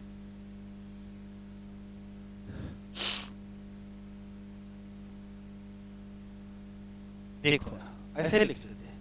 अगर डार्केस्ट बनाना है तो हम कहेंगे ये है 6 + 0, ये है 6 + 0, मतलब 6 डोमिनेंट, ये है 5 + 1, ये है 4 + 2, ये है 3 + 3, ये है 2 + 4, ये है 1 + 5, और ये है 0 + 6। क्या किया है? यहाँ 6 + 0 लिखा, फिर क्या किए, ये घटाते गए और ये बढ़ाते गए। यहाँ 1 घटाया तो 5 लिखा, यहाँ 1 बढ़ा दिया, फिर यहाँ 1 और घटा दिया, यहाँ 1 बढ़ा दिया, यहाँ 1 और घटा दिया, बढ़ा दिया और घटा दिया, ऐसे ले गए। तो देखो जब इधर से इधर जाओगे तो डोमिनेंट घट रहे हैं ना, रेशियो बढ़ रहे हैं। अब आपसे पूछा जाए कि small a capital B small c का कलर बताओ।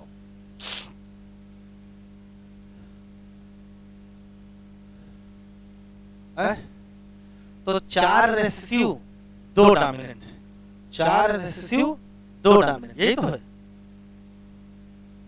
अच्छा, capital A small b small c,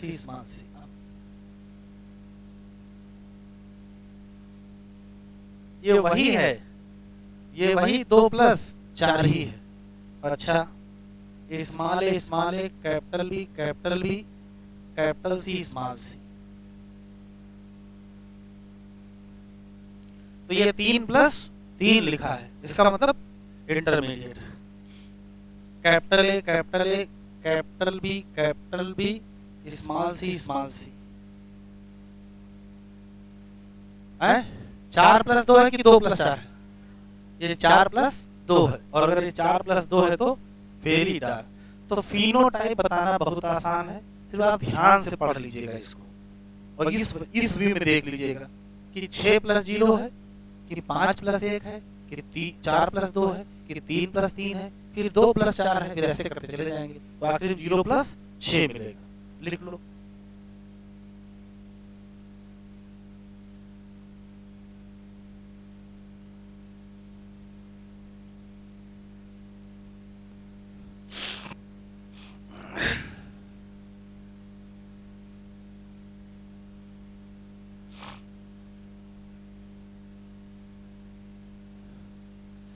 जब मेंडल स्टडी कर रहे थे तो ये इस बात को डिस्क्राइब कर रहे थे उन ट्रेट को जिनमें क्या पाई जाती है, डिस्टिंक्ट अल्टरनेट फॉर्म, जैसे फ्लावर कलर या तो पर्पल है या तो व्हाइट। लेकिन अगर आप अपने चारों तरफ देखेंगे तो आप पाएंगे कि बहुत सारी ऐसी ट्रेट हैं आर नॉट सो डिस्टिंक्ट, बिल्कुल डिस्टिंक्ट नहीं है। जबकि यहाँ क्या मिलता है, ग्रेडियंट मिलता है, मतलब रेंज मिलती है। जैसे ह्यूमन में हम नहीं देखेंगे सिर्फ टाल या सिर्फ शार्ट, ऐसा तो नहीं होगा। यहाँ पूरी की पूरी क्या मिलेगी, रेंज मिलेगी। ऐसा कोई भी ट्रेट जिसमें रेंज मिलेगी वो कंट्रोल्ड बाई या तो 3 या तो उससे ज्यादा जीन। और ऐसे ट्रेट को कहोगे क्या, पॉलीजेनिक ट्रेट। और ऐसे इनहेरिटेंस को क्या कहोगे, polygenic inheritance. Beside the involvement of multiple gene, polygenic inheritance also take account into influence of environment। ये भी important बात है। ह्यूमन स्किन कलर एक और इसका बढ़िया एग्जाम्पल है। इन पॉलीजेनिक ट्रेट जो फिनोटाइप होगा, ये लाइन बहुत इंपॉर्टेंट है, पॉलीजेनिक ट्रेट का जो फिनोटाइप होगा वो बताएगा कंट्रीब्यूशन ऑफ ईच एलील। क्यों, इफेक्ट ऑफ एलील क्या है, एडिटिव है। कंट्रीब्यूशन का मतलब 4 डोमिनेंट कंट्रीब्यूशन 2 रेसेसिव कंट्रीब्यूशन, या 3 डोमिनेंट है 3 रेसेसिव है, या 5 डोमिनेंट है 1 रेसेसिव है। वो पता चलेगा कि उसका फिनोटाइप से आप बता सकोगे कि इसमें कितने डोमिनेंट रहे होंगे और कितने रेसेसिव। जैसे कह दिया फेरी डार्क है तो कितने डोमिनेंट कितने रेसिसिव है? 4 डोमिनेंट 2 रेसिसिव। तो कह रहा है जो इसका फिनोटाइप है वो बता देता है कि किसी एक एलील का कंट्रीब्यूशन कितना है, क्योंकि कंट्रीब्यूशन हमको आपस में जोड़ना होता है। To understand this better let us assume, मान लेते हैं कि 3 जीन कौन से हैं, A B C, colour in human, dominant form capital A capital B capital C, और रिसेसिव फॉर्म कौन, small A small B small C. Dominant वाले क्या बनाएंगे, डार्क कलर बनाएंगे, रेसिसिव वाले क्या बनाएंगे, लाइट कलर बनाएंगे। जीनोटाइप, ऐसा कोई जीनोटाइप जिसमें सब के सब क्या हो, सब के सब क्या हो डोमिनेंट, तो फिर क्या बनेगा, डार्केस्ट स्किन बन जाएगी। और अगर सब के सब क्या हो रेसिसिव जैसे ये, तो क्या बन जाएगी, लाइटेस्ट स्किन। और अगर 3 क्या हो डोमिनेंट और 3 ही क्या हो रेसिसिव, तो क्या बन जाएगा, intermediate. In this manner number of each type of allele in a genotype, कितना नंबर है किसी जीनोटाइप में, वही डिटरमाइन करेगा कि डार्कनेस होगा कि लाइटनेस। क्लियर है यहां तक? चलो हेडिंग डालो प्लियोट्रॉपी।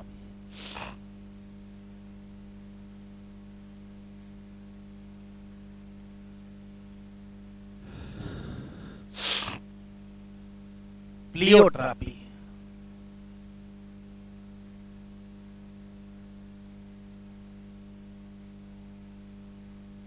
प्लियोट्रॉपी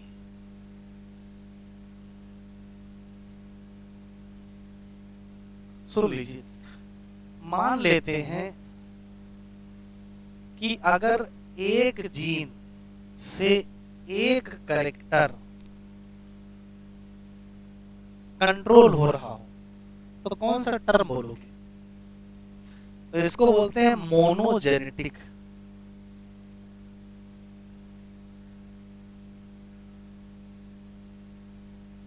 और यही मेंडल वाली बात है, फिर अभी पढ़ा है ताजा ताजा कि मेनी जीन कंट्रोल करते हो क्या, एक कैरेक्टर, क्या कहते हो, कहते हैं पॉलीजेनिक इनहेरिटेंस। ध्यान से सुने, एक जीन एक कैरेक्टर तो ये कहोगे, ढेर सारे जीन एक कैरेक्टर तो ये कहोगे, तो पलट देते हैं क्या, एक जीन और मेनी कैरेक्टर, उल्टा लिखा है। अभी क्या लिखा था, मेनी जीन एक कैरेक्टर, अभी क्या लिख दिया, एक जीन मेनी। तो यदि एक जीन से ढेर सारे कैरेक्टर प्रभावित होते हो तो उसी को कहते हैं प्लियोट्रॉपी। इतना लिखो पहले। तो हमने तीनों एक साथ लिख दिया है। पूछा जाए कि प्लियोट्रॉपी क्या है, तो क्या बताओगे, तो अगर ऐसा कोई भी फेनामेना जिसमें एक जीन एक से ज्यादा फिनोटाइप को इफेक्ट करता हो, अगर एक जीन एक से ज्यादा फिनोटाइप को इफेक्ट कर रहा है या एक से ज्यादा ट्रेट को इफेक्ट कर रहा है, मतलब एक जीन से ढेर सारे कैरेक्टर जुड़े हैं, तो उसी को हम कहेंगे क्या, प्लियोट्रॉपी। एक सवाल, एग्जाम्पल, तो कम से कम जो एग्जाम्पल याद रखना है वो 2 याद रखिएगा, एक फिनाइल कीटोन्यूरिया और एक सिकल सेल एनीमिया। ये दोनों प्लियोट्रॉपी के एग्जाम्पल है, जिसमें इस हेडिंग में यहाँ फिनाइल कीटोन्यूरिया एक्सप्लेन किया है, सिकल सेल नहीं किया, तो जहां किया वहीं डिस्कस कर लेंगे। दूसरा, एक और पढ़ चुके हो, एक ही जीन से 2 कैरेक्टर, पीछे पढ़ के आए हैं, मटर में कैपिटल बी और स्मॉल बी स्टार्च ग्रेन को भी कंट्रोल कर रहा है और सीड के शेप को भी कंट्रोल कर रहा है। तो एक जीन से 2 कैरेक्टर हो गए ना, इसका मतलब क्या हुआ, प्लियोट्रॉपी हो गया। तो लिख लीजिए प्लियोट्रॉपी क्या है, फेनामेना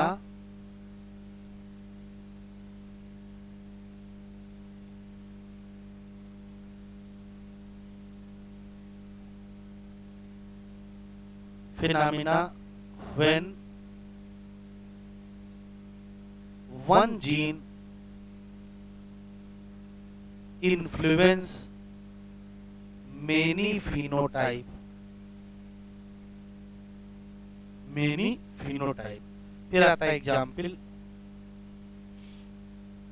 तो एग्जाम्पल याद रखेंगे। तो एक तो phenylketonuria, phenylketonuria, sickle cell anaemia, और gene of starch grain size and seed shape in pea. Side में लिखे फिनाइल कीटोन्यूरिया,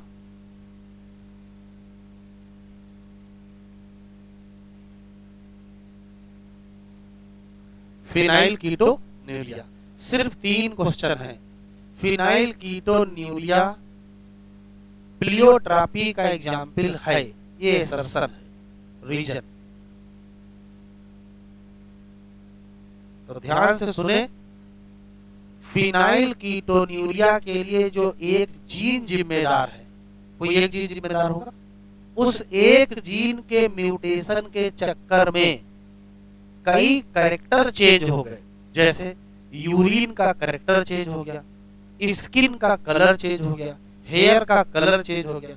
जीन एक चेंज हुआ और असर 3-4, दिमाग मेंटल रिटार्डेशन हो गया। तो एक जीन का असर 4 जगह दिखाई पड़ा। तो किसका एग्जाम्पल है? प्लियोट्रॉपी है। तो फिनाइल कीटोन्यूरिया में क्या होता है? तो कहोगे म्यूटेशन, लिखते चले, in one gene affect many character। जैसे, तो कैरेक्टर के नाम लिख दे रहे हैं। मेंटल रिटार्डेशन हो जाएगा,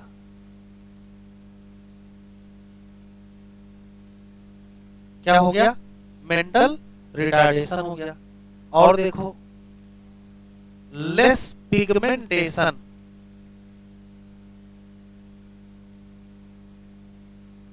स्किन और हेयर का, स्किन और हेयर का पिगमेंटेशन कम हो गया। और देखो, चेंज इन यूरिन कैरेक्टर, इतना बदलाव हुआ, और जीन म्यूटेशन एक में हुआ। अब ये कैसे हुआ है? वो चेन आपको एनसीईआरटी दी नहीं है, चेन देखो, देखते चलेंगे, लिखते चलेंगे।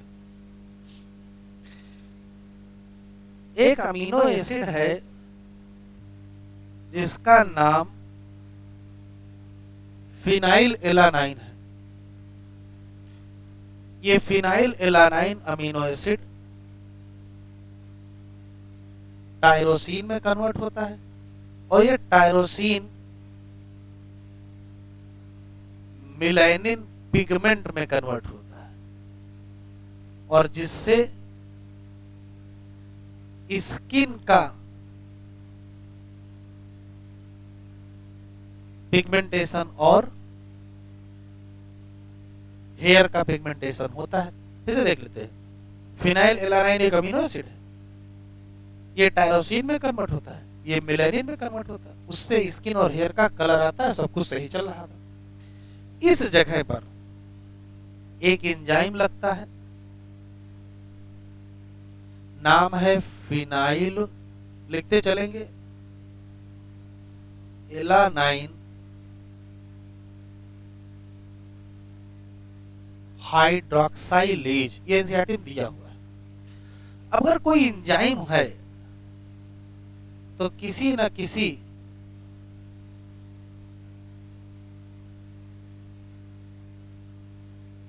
जीन के एक्सप्रेशन का रिजल्ट होगा। भाई जीन एक्सप्रेस करेगा तो प्रोटीन बनेगा, प्रोटीन बनेगा तो एंजाइम बनेगा, तो ये पूरी प्रोसेस चलेगी। सब कुछ सही चल रहा था जीवन में, फिर देखो क्या हो गया, इस जीन में हो गया म्यूटेशन। अब बताओ, यदि जीन में म्यूटेशन हो जाएगा तो क्या होगा? तो नहीं बनेगा एंजाइम, बनेगा एंजाइम? जैसे म्यूटेशन हो जाएगा तो कहोगे नो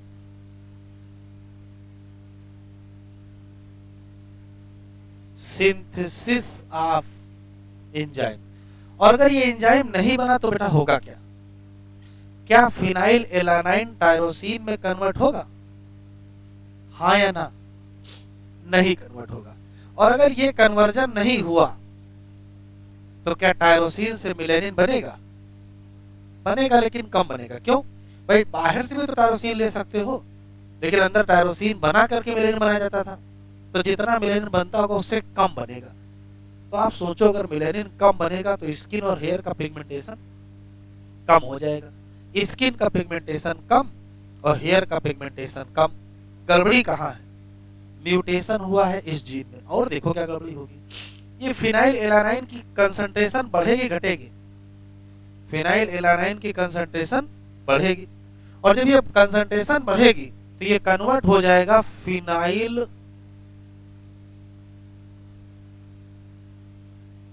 पायरुविक एसिड। किसमें कन्वर्ट हो जाएगा? Phenyl pyruvic acid. अब बताओ क्या करूं? ये जो फिनाइल पायरुविक एसिड है ये टॉक्सिक होता है, ये बनेगा तो बॉडी करेगी क्या इसका? इससे बचने का एक ही तरीका है, इसको यूरिन में फेंक दो। तो इसको कहां पास कर देंगे? इसको पास कर देंगे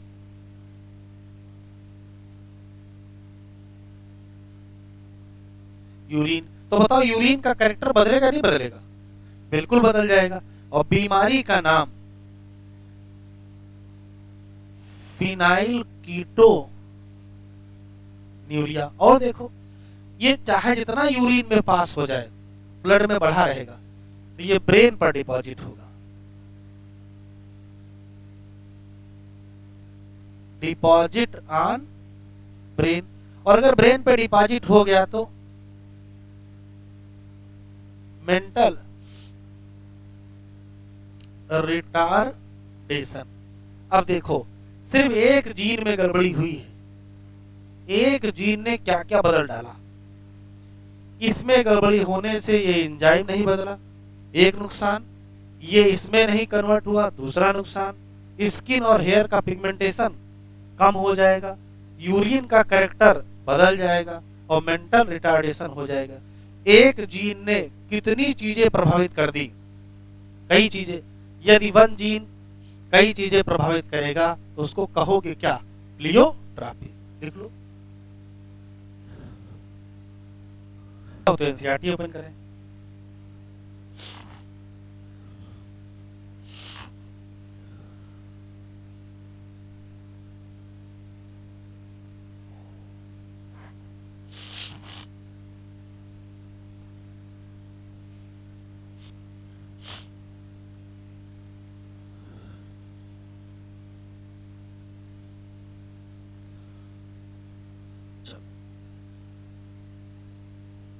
बाकी चलो पूछ लेना, पहले देखो इधर। We have so far seen the effect of a gene on a single phenotype. एक जीन का एक फिनोटाइप पर इफेक्ट तो पढ़ते आ रहे हैं, पिछले 5 दिनों से पढ़ रहे हैं। लेकिन जब कभी एक सिंगल जीन एग्जिबिट कर दे क्या? मल्टीपल फिनोटाइप, तो इस जीन को कहते हो क्या? Pleiotropic gene. और इसके इनहेरिटेंस को प्लियोट्रॉपिक। ये भी नॉन मेंडेलियन है, पढ़ा लीजिए, नॉन मेंडेलियन है ये भी। Underlying mechanism of pleiotropy the most cases क्या? Effect of a gene on metabolic pathway contribute different क्या?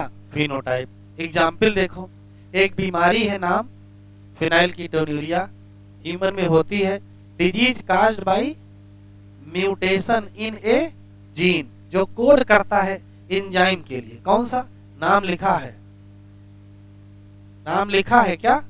Phenyl alanine hydroxylase. ये कैसा म्यूटेशन है? सिंगल जीन म्यूटेशन है, इसको पॉइंट म्यूटेशन भी कहते हैं। This manifest it self through phenotype. जैसे क्या हो जाएगा? तो एक तो मेंटल रिटार्डेशन हो जाएगा और घट जाएगा क्या? हेयर और स्किन का पिगमेंटेशन। आगे बढ़ा दो, एंड यूरिन कैरेक्टर भी चेंज हो जाएगा, यूरिन कैरेक्टर भी चेंज हो जाएगा। हेडिंग डालो, सेक्स डिटर्मिनेशन। सेक्स डिटर्मिनेशन, ये नाम टिक कर लो। हैंकिंग 1891।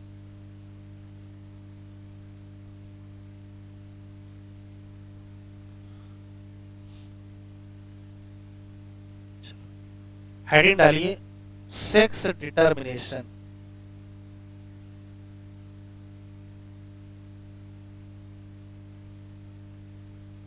और सेक्स डिटर्मिनेशन में लिखा बहुत कुछ है, लेकिन जितना आप नोट्स में लिखोगे वो जरूर याद रखिएगा, फर्जी कहानी बहुत है। पहला सवाल, सेक्स के डिटर्मिनेशन में क्रोमोसोम का रोल है, ये दुनिया को सबसे पहली बार कब पता चला? तो कहोगे 1891 में, 91 में। 1891 में जब हैंकिंग ने एक्सपेरिमेंट किया था। इनका एक्सपेरिमेंट किस पर था? तो इनका एक्सपेरिमेंट था इंसेक्ट की जो सेल है उसको माइक्रोस्कोप से देख रहे थे, तो साइटोलॉजिकल इंफॉर्मेशन मिल गई इंसेक्ट की सेल से। इंसेक्ट में कौन सी सेल? तो स्पेशली स्पर्म और ओवम की सेल। स्पर्म और ओवम की सेल को माइक्रोस्कोप से देख रहे थे, तो देखते देखते इनको कुछ समझ में आया था। वहीं से पहला क्लू मिला कि सेक्स का डिटर्मिनेशन किससे होता है? क्रोमोसोम से होता है। ये तो रटने वाली लाइन है, तो वही लिख लो पहले। कौन सा ईयर? 1891। और वैज्ञानिक कौन से हैं? हैंकिंग। इन्होंने ही पहला क्लू दिया है। First clue that sex determine by, किसके द्वारा? क्रोमोसोम। सेक्स के डिटर्मिनेशन में क्रोमोसोम का रोल है, ये दुनिया को पहली बार किसने बताया? तो आंसर देंगे हैंकिंग। कैसे बता दिए? तो कहोगे by cytological information in insect cell. Insect की सेल की इंफॉर्मेशन के साथ बताया, स्पेशली कौन सी? तो कहोगे स्पर्म एंड ओवम सेल। लोगों ने इनसे पूछा, भैया कौन सी ऐसी चीज देख लिए तुम सेल में तो तुम इतनी बड़ी बात कह दे रहे हो? देखो क्या देखा इन्होंने। इन्होंने कहा कि किसी इंसेक्ट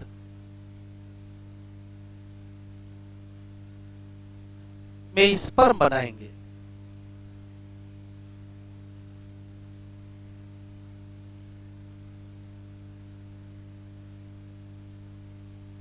स्पर्म फॉर्मेशन होगा, और मान लेते हैं कि ये 2 टाइप के स्पर्म बन गए। भाई स्पर्म हो चाहे ओवम, न्यूक्लियस तो मिलेगा ही, इसमें तो कोई शक नहीं। इंसेक्ट में ओवम का भी फॉर्मेशन होगा,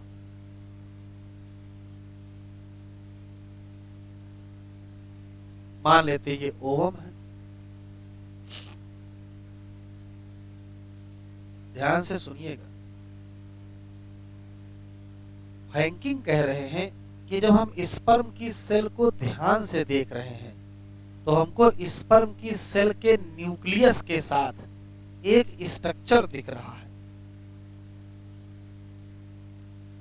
ये क्या है, न्यूक्लियस, और ये क्या है,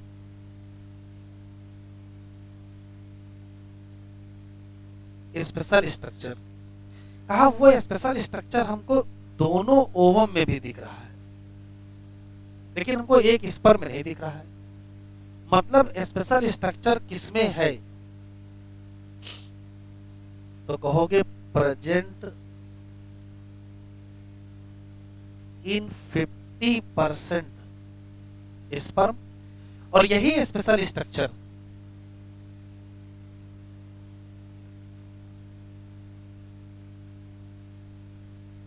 प्रेजेंट इन 100% हो। कहा चलो ठीक है ये सब बता रहे हो, लेकिन इससे सेक्स के डिटर्मिनेशन का क्या लेना देना। तो देखो क्या बताए हैं, ध्यान से सुनिएगा। बताए ये हैं कि 50% स्पर्म में वो स्पेशल स्ट्रक्चर नहीं है, 50% स्पर्म में वो स्पेशल स्ट्रक्चर है, और वो स्पेशल स्ट्रक्चर ओ में 100% है। कह रहे हो क्या रहा है कि जो स्पर्म जिसमें वो स्पेशल स्ट्रक्चर है, जब उससे फर्टिलाइजेशन कराते हैं जिसमें वो स्पेशल स्ट्रक्चर है, तो रिजल्ट में क्या होता है, फीमेल बनता है। और जिस स्पर्म में वो स्पेशल स्ट्रक्चर नहीं है, यदि उससे फर्टिलाइजेशन करा देते हैं तो मेल बनता है। तो कह रहे हैं कि स्पर्म के पास जो वो स्पेशल स्ट्रक्चर है वही सेक्स को डिटरमाइन कर रहा है। स्पर्म के पास जो स्पेशल स्ट्रक्चर है जब वो ओवम के साथ आता है तो क्या बना देता है, फीमेल। और जिसके पास वो स्पेशल स्ट्रक्चर नहीं है, जब वो आता है तो क्या बना देता है, मेल। इसका मतलब इस स्पेशल स्ट्रक्चर का रोल है किसमें, रोल इन सेक्स डिटर्मिनेशन। इस स्पेशल स्ट्रक्चर का नाम इन्होंने एक्स बॉडी रख दिया। लिखो नहीं, सुन लो जरा।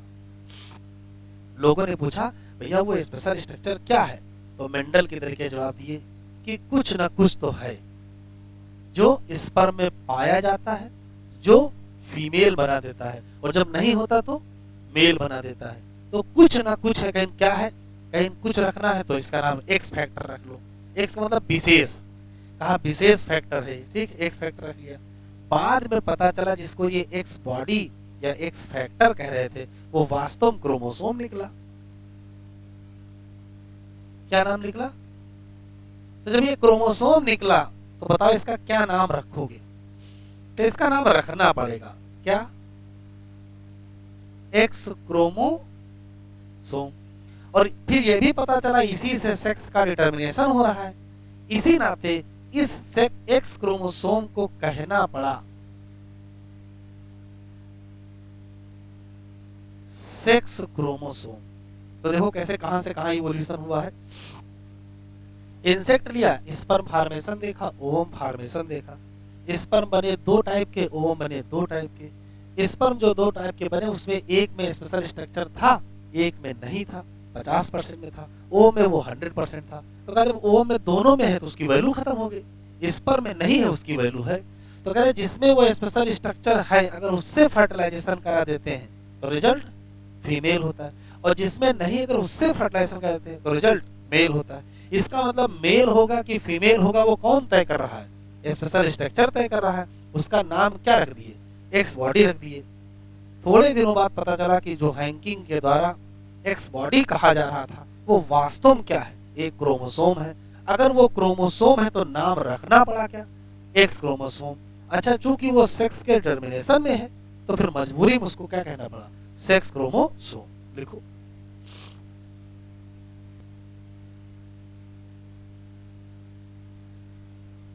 हो गया यहां तक। तो लिख लीजिए टाइप ऑफ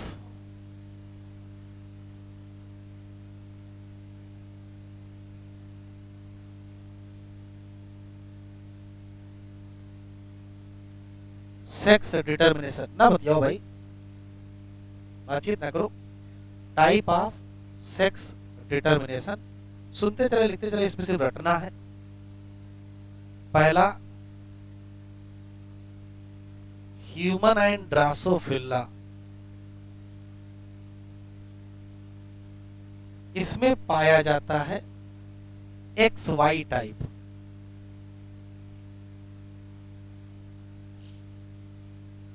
इसमें पाया जाता है XY टाइप, जबकि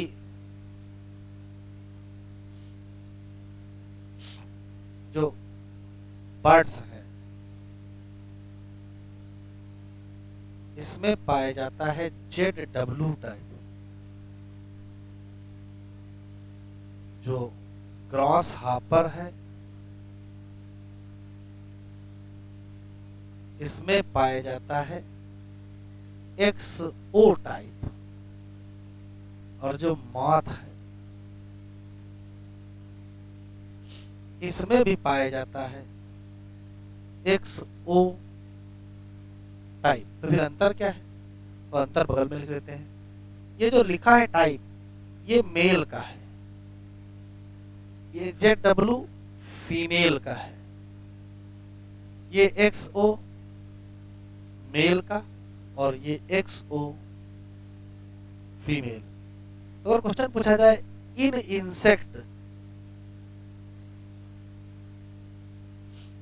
इंसेक्ट कौन से टाइप का, तो कहोगे XO टाइप होता है। इंसेक्ट में कौन सा होता है? XO ही होता है। वो चाहे ये वाला XO मेल हो चाहे XO फीमेल हो। अब इसका अगर डिटेल लिखना चाहे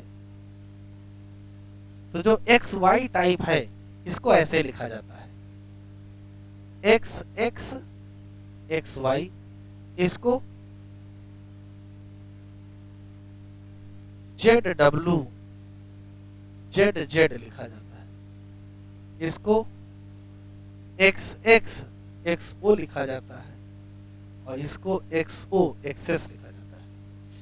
ये जितनी वैल्यू लिखी है ये सब फीमेल की वैल्यू है और ये मेल की वैल्यू। जैसे XY मेल ह्यूमन में, ZW फीमेल बर्ड में, XO मेल ग्रासहॉपर में, XO फीमेल किसमें? मॉथ में। तो जो इधर लिखा है वो सब फीमेल की वैल्यू लिखी, और जो इधर लिखी है वो मेल की वैल्यू लिखी है। ये क्रोमोसोम कौन से हैं? सेक्स क्रोमोसोम है। इनके साथ क्या होंगे? ऑटोसोम भी तो होंगे।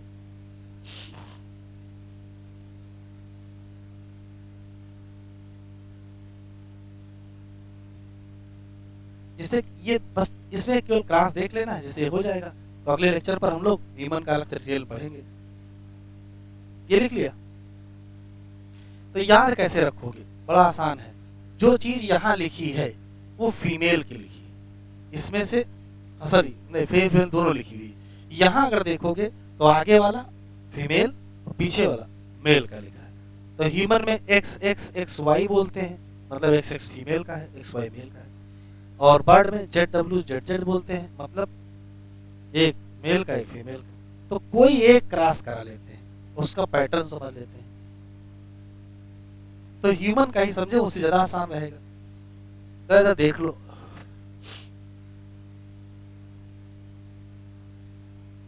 ह्यूमन में कौन सा पैटर्न है? XX XY पैटर्न है। इसमें XX कौन है? तो XX फीमेल और XY कौन है? मेल है। जरा बेटा देख लो फिर लिख लेना। ये बताओ, इसको अगर गैमीट बनाना होगा तो कौन से गैमीट बनेंगे? एक X का, दूसरा भी X का। अच्छा, इसको जब गैमीट बनाना होगा, एक X का एक Y का, फिर फर्टिलाइजेशन करा देंगे। तो फर्टिलाइजेशन यदि इसका इसके साथ करा दी तो क्या होगा? तो भाई X X होगा। लेकिन इसी का इससे करा दे तो X Y बनेगा। अच्छा, इसका इससे करा दे तो X X बनेगा, और इसी का इससे करा दे तो एक्स वाई बने। ये देखने में क्या होगा, ये फीमेल, ये मेल, ये फीमेल, ये मेल। आराम से बताएं, प्रोजनी में मेल चाइल्ड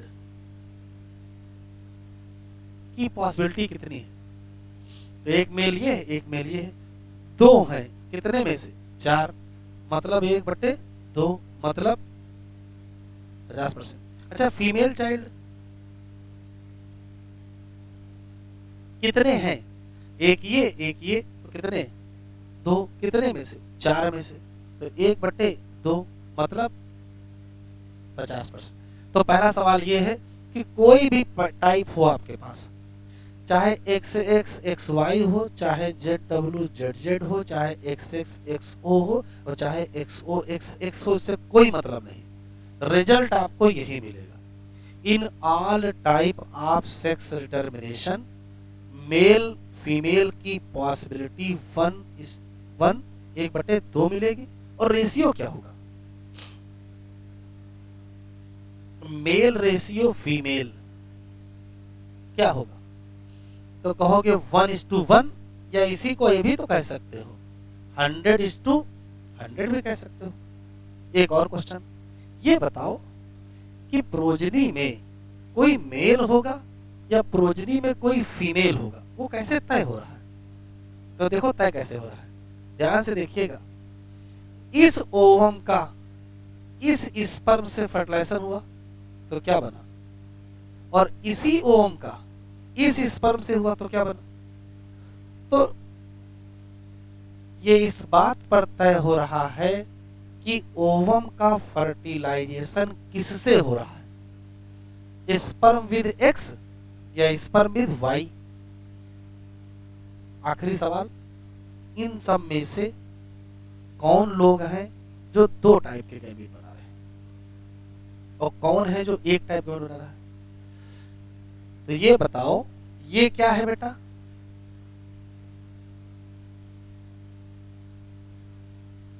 होमोगैमेटिक। और ये क्या है?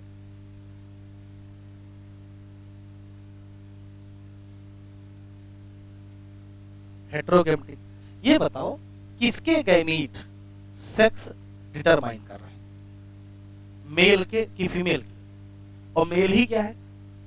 तो फिर कंक्लूसिव लाइन, किसी भी टाइप के सेक्स डिटरमिनेशन में किसके गैमीट सेक्स डिटरमाइन करेंगे? तो कहोगे जो हेटेरोगैमेटिक होगा। यहां हेटेरोगैमेटिक कौन है? मेल। तो किसके गैमीट तय करेंगे? मेल के गैमीट तय करेंगे। लेकिन अगर ये लिख दिया जाए ये फीमेल है, ये मेल है, बताओ हेटेरोगैमेटिक कौन है? तो अगर हेटेरोगैमेटिक फीमेल है तो सेक्स कौन तय करेगा? फीमेल। अच्छा, अगर ये लिख दिया जाए तो हेटेरोगैमेटिक कौन है? अब हेटेरोगैमेटिक मेल है तो सेक्स कौन तय करेगा? अच्छा, एक्स एक्स एक्स वाई लिख दिया जाए तो हेटेरोगैमेटिक कौन है? मेल। तो सेक्स कौन तय करेगा? अच्छा, ये लिख दिया जाए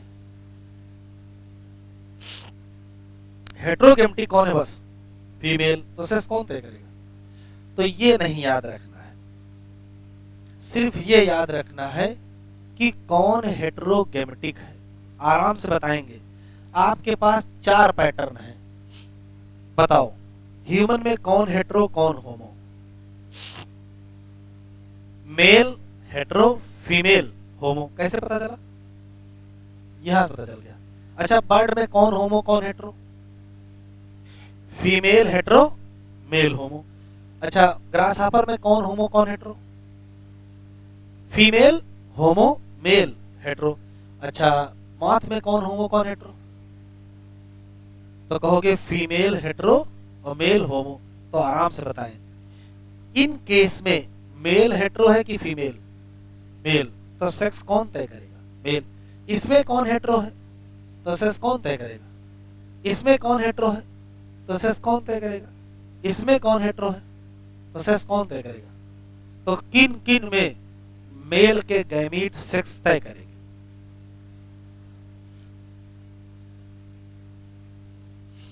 तो ह्यूमन में तय करेंगे, ड्रोसोफिलम तय करेंगे और ग्रासहॉपर। यही तो मेल हेटेरोगैमेटी है।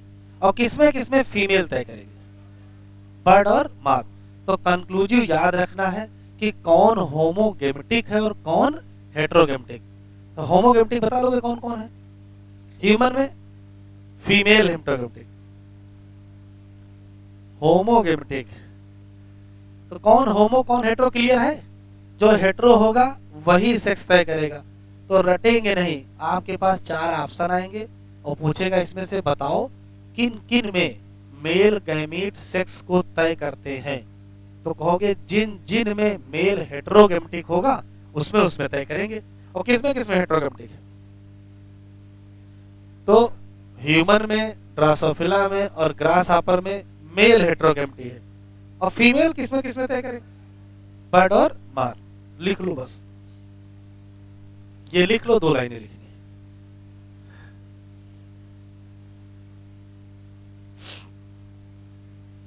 अरे इतनी भी जल्दी ना करो।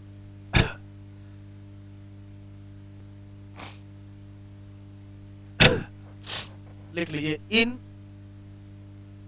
All type of sex determination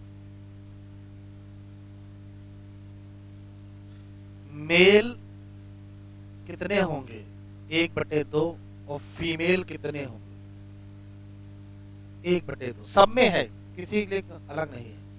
फिर इन ऑल टाइप, सबके लिए बता रहे हैं, sex determination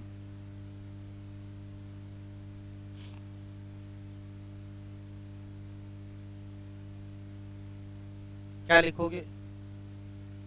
sex determine by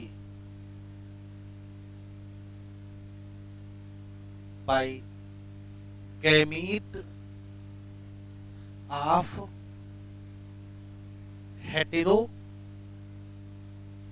gametic individual. जो हेटेरोगैमेटिक होगा वही तय करेगा। ये सबके लिए लागू है। आपको सिर्फ ये बताना है कि किसमें कौन हेटेरोगैमेटिक है।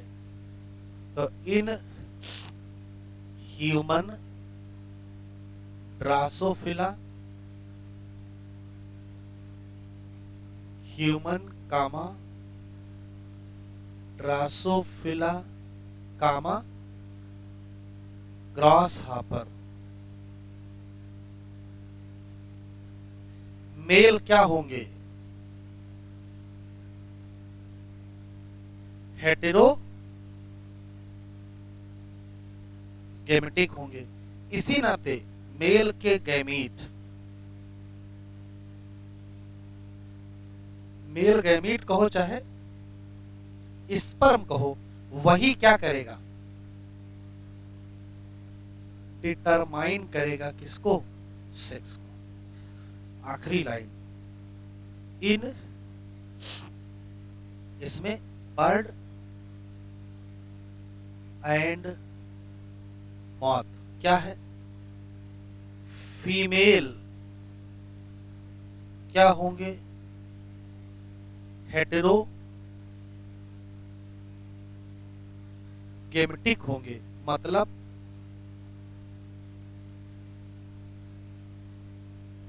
फीमेल के गैमीट या ओवम ही क्या करेंगे, डिटरमाइन करेंगे क्या, सेक्स। रटेंगे नहीं, आपसे पूछे